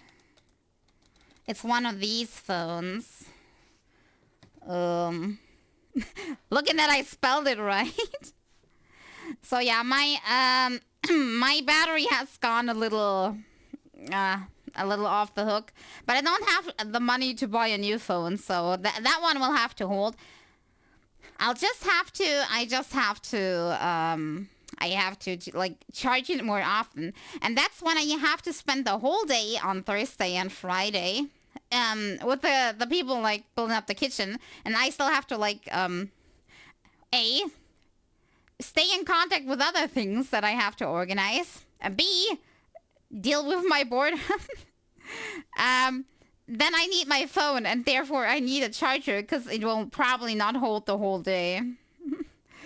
At least not when I'm using it 24/7, basically, because I have nothing better to do there except hang on my phone. So it's a very bad moment for my charger to say bye-bye. I don't even know how that happened, to be honest. So yeah, it's a A5 if you want to know how old it is. I think it's 5 years old at that point. Or at least I think it's an A5. It's definitely not one of the newer models. It was pretty cheap at the time when I got it. Thank you for the hydrate. It was pretty cheap when I got it, so... but still it was like probably like $100, so I would have to spend at least again an amount like this to get a new phone that is like good enough to use for the purpose that I want to use it with, because I have a lot of apps that I need to run on my phone that need the newer Android version, so it can't be like a super old thing, and I also need enough space and stuff on it. I do not care about cameras, so I don't... That is really the least important thing to me, really. In the way it is a little embarrassing to always post pictures that look like they were made with the worst camera that there is, but I don't care that much. Yeah, you also know. It's a little bit embarrassing. For example, when I was sending the pictures about the wall paints and the phone kind of like screwed with the colors so much that it didn't really look the way it would in real life. But I mean, hey, there are more important things than actually making a good photo with the phone. But yeah, my phone is a little old, so to speak. Okay. I already said, yeah, on Thursday, obviously, we're not gonna stream that because I will not be there. I'll also not be there the whole Friday. So... But I'll probably be on my phone because I got nothing better to do. Unless these people are kind of like the guys to, you know, check on you with every move, then I can't be on my phone. But then I'm gonna be even more annoyed by the day. Hopefully I have a move we can save for a new phone in case this one dies. Yeah, at the moment there's like there's a pile of things that I actually need to still take care of that costs money. At the moment there's some well, how do you put it? I told you that like the street there we have to do like work on. Did I tell you about that? Yeah. And how it is usually after the people like do these kind of things like putting in the internet lines and everything, they just dump the whole, like, what is it called? I don't know what's in English. Like when you scoop that out, all that like stone and everything that the road is made of, and they dumped all of that on the plot. So that I still would have to have removed, but that's gonna cost money. And at the moment, with buying the furniture and like the minimum items, the problem is that I probably will not have any money left to get that done. It's a little annoying. At the moment, I'm trying to find somebody to maybe call in favors of that. But just so you see how on the line I currently kind of like have to manage how much I'm spending. It's probably will not be able to get a TV. So, but that's not that important since I'm not really watching TV. And the only things I would use the TV for is actually like connecting my Switch to it. But I can still use the Switch without a TV, so it's not that bad not having a TV, actually. But the other things, like the most important things I ordered now, I have a closet, I have a bed. Toilet stuff is already like in, like shower, like toilet and stuff. We ordered the kitchen that's being brought on Thursday. Yeah, you know, like the basics are there. And that's the important part. Yeah, we're still getting a desk. The money couldn't quite afford an actual desk, so I'm actually just getting a table, and I think that's enough. Just getting a table, plain, simple, white table as a sort of desk. That should do just fine. It was way cheaper than getting an actual desk. So we'll see how my equipment will work on there. It's a little smaller than the thing that I currently have, but as I told once, the thing that I currently have is also not a desk, but it's a wooden plate that's like screwed into the wall, so it's part of like the room. It's not part of it's not a furnishing that I can take with myself. So if I could, I would take this one with me. But I cannot, so I just ordered these tables. That will also arrive on these 2 days. I'm not sure if they arrive on Thursday or Friday. I noted it down somewhere. But they will also arrive, and I'll have to like put them together. So it's gonna be very funny. Cause I bought two tiny ones that I'll just like, you know, click together to make a bigger table. It was cheaper than getting the big table for some weird reason. You deserve good luck or an absence of bad luck. For one, we will see. We will see how my polls go later. That's the first instance of luck I would actually need. My phone screen protector cracked. Happy I got a thick one. I don't even think I have a phone screen protector. The only thing I have is like you know how they sent them out with this foil on top, which is probably the protector. Like the original one that was like in it with it. That's like the thing that I'm having on top. Like this foil thing that's like on it. It's probably one. But a built-in one. I wouldn't even know if it's thick or thin. I would guess it's a thin one though if it's like delivered with it. It has a few scratches though. Should probably get a new one at some point. Sometime if I have the money, I'll get it. You wouldn't know. I wouldn't know either. I'm not very knowledgeable in these sorts of things. Okay. But for now, I will go make dinner. And I don't know. I'll see how I will take care of things.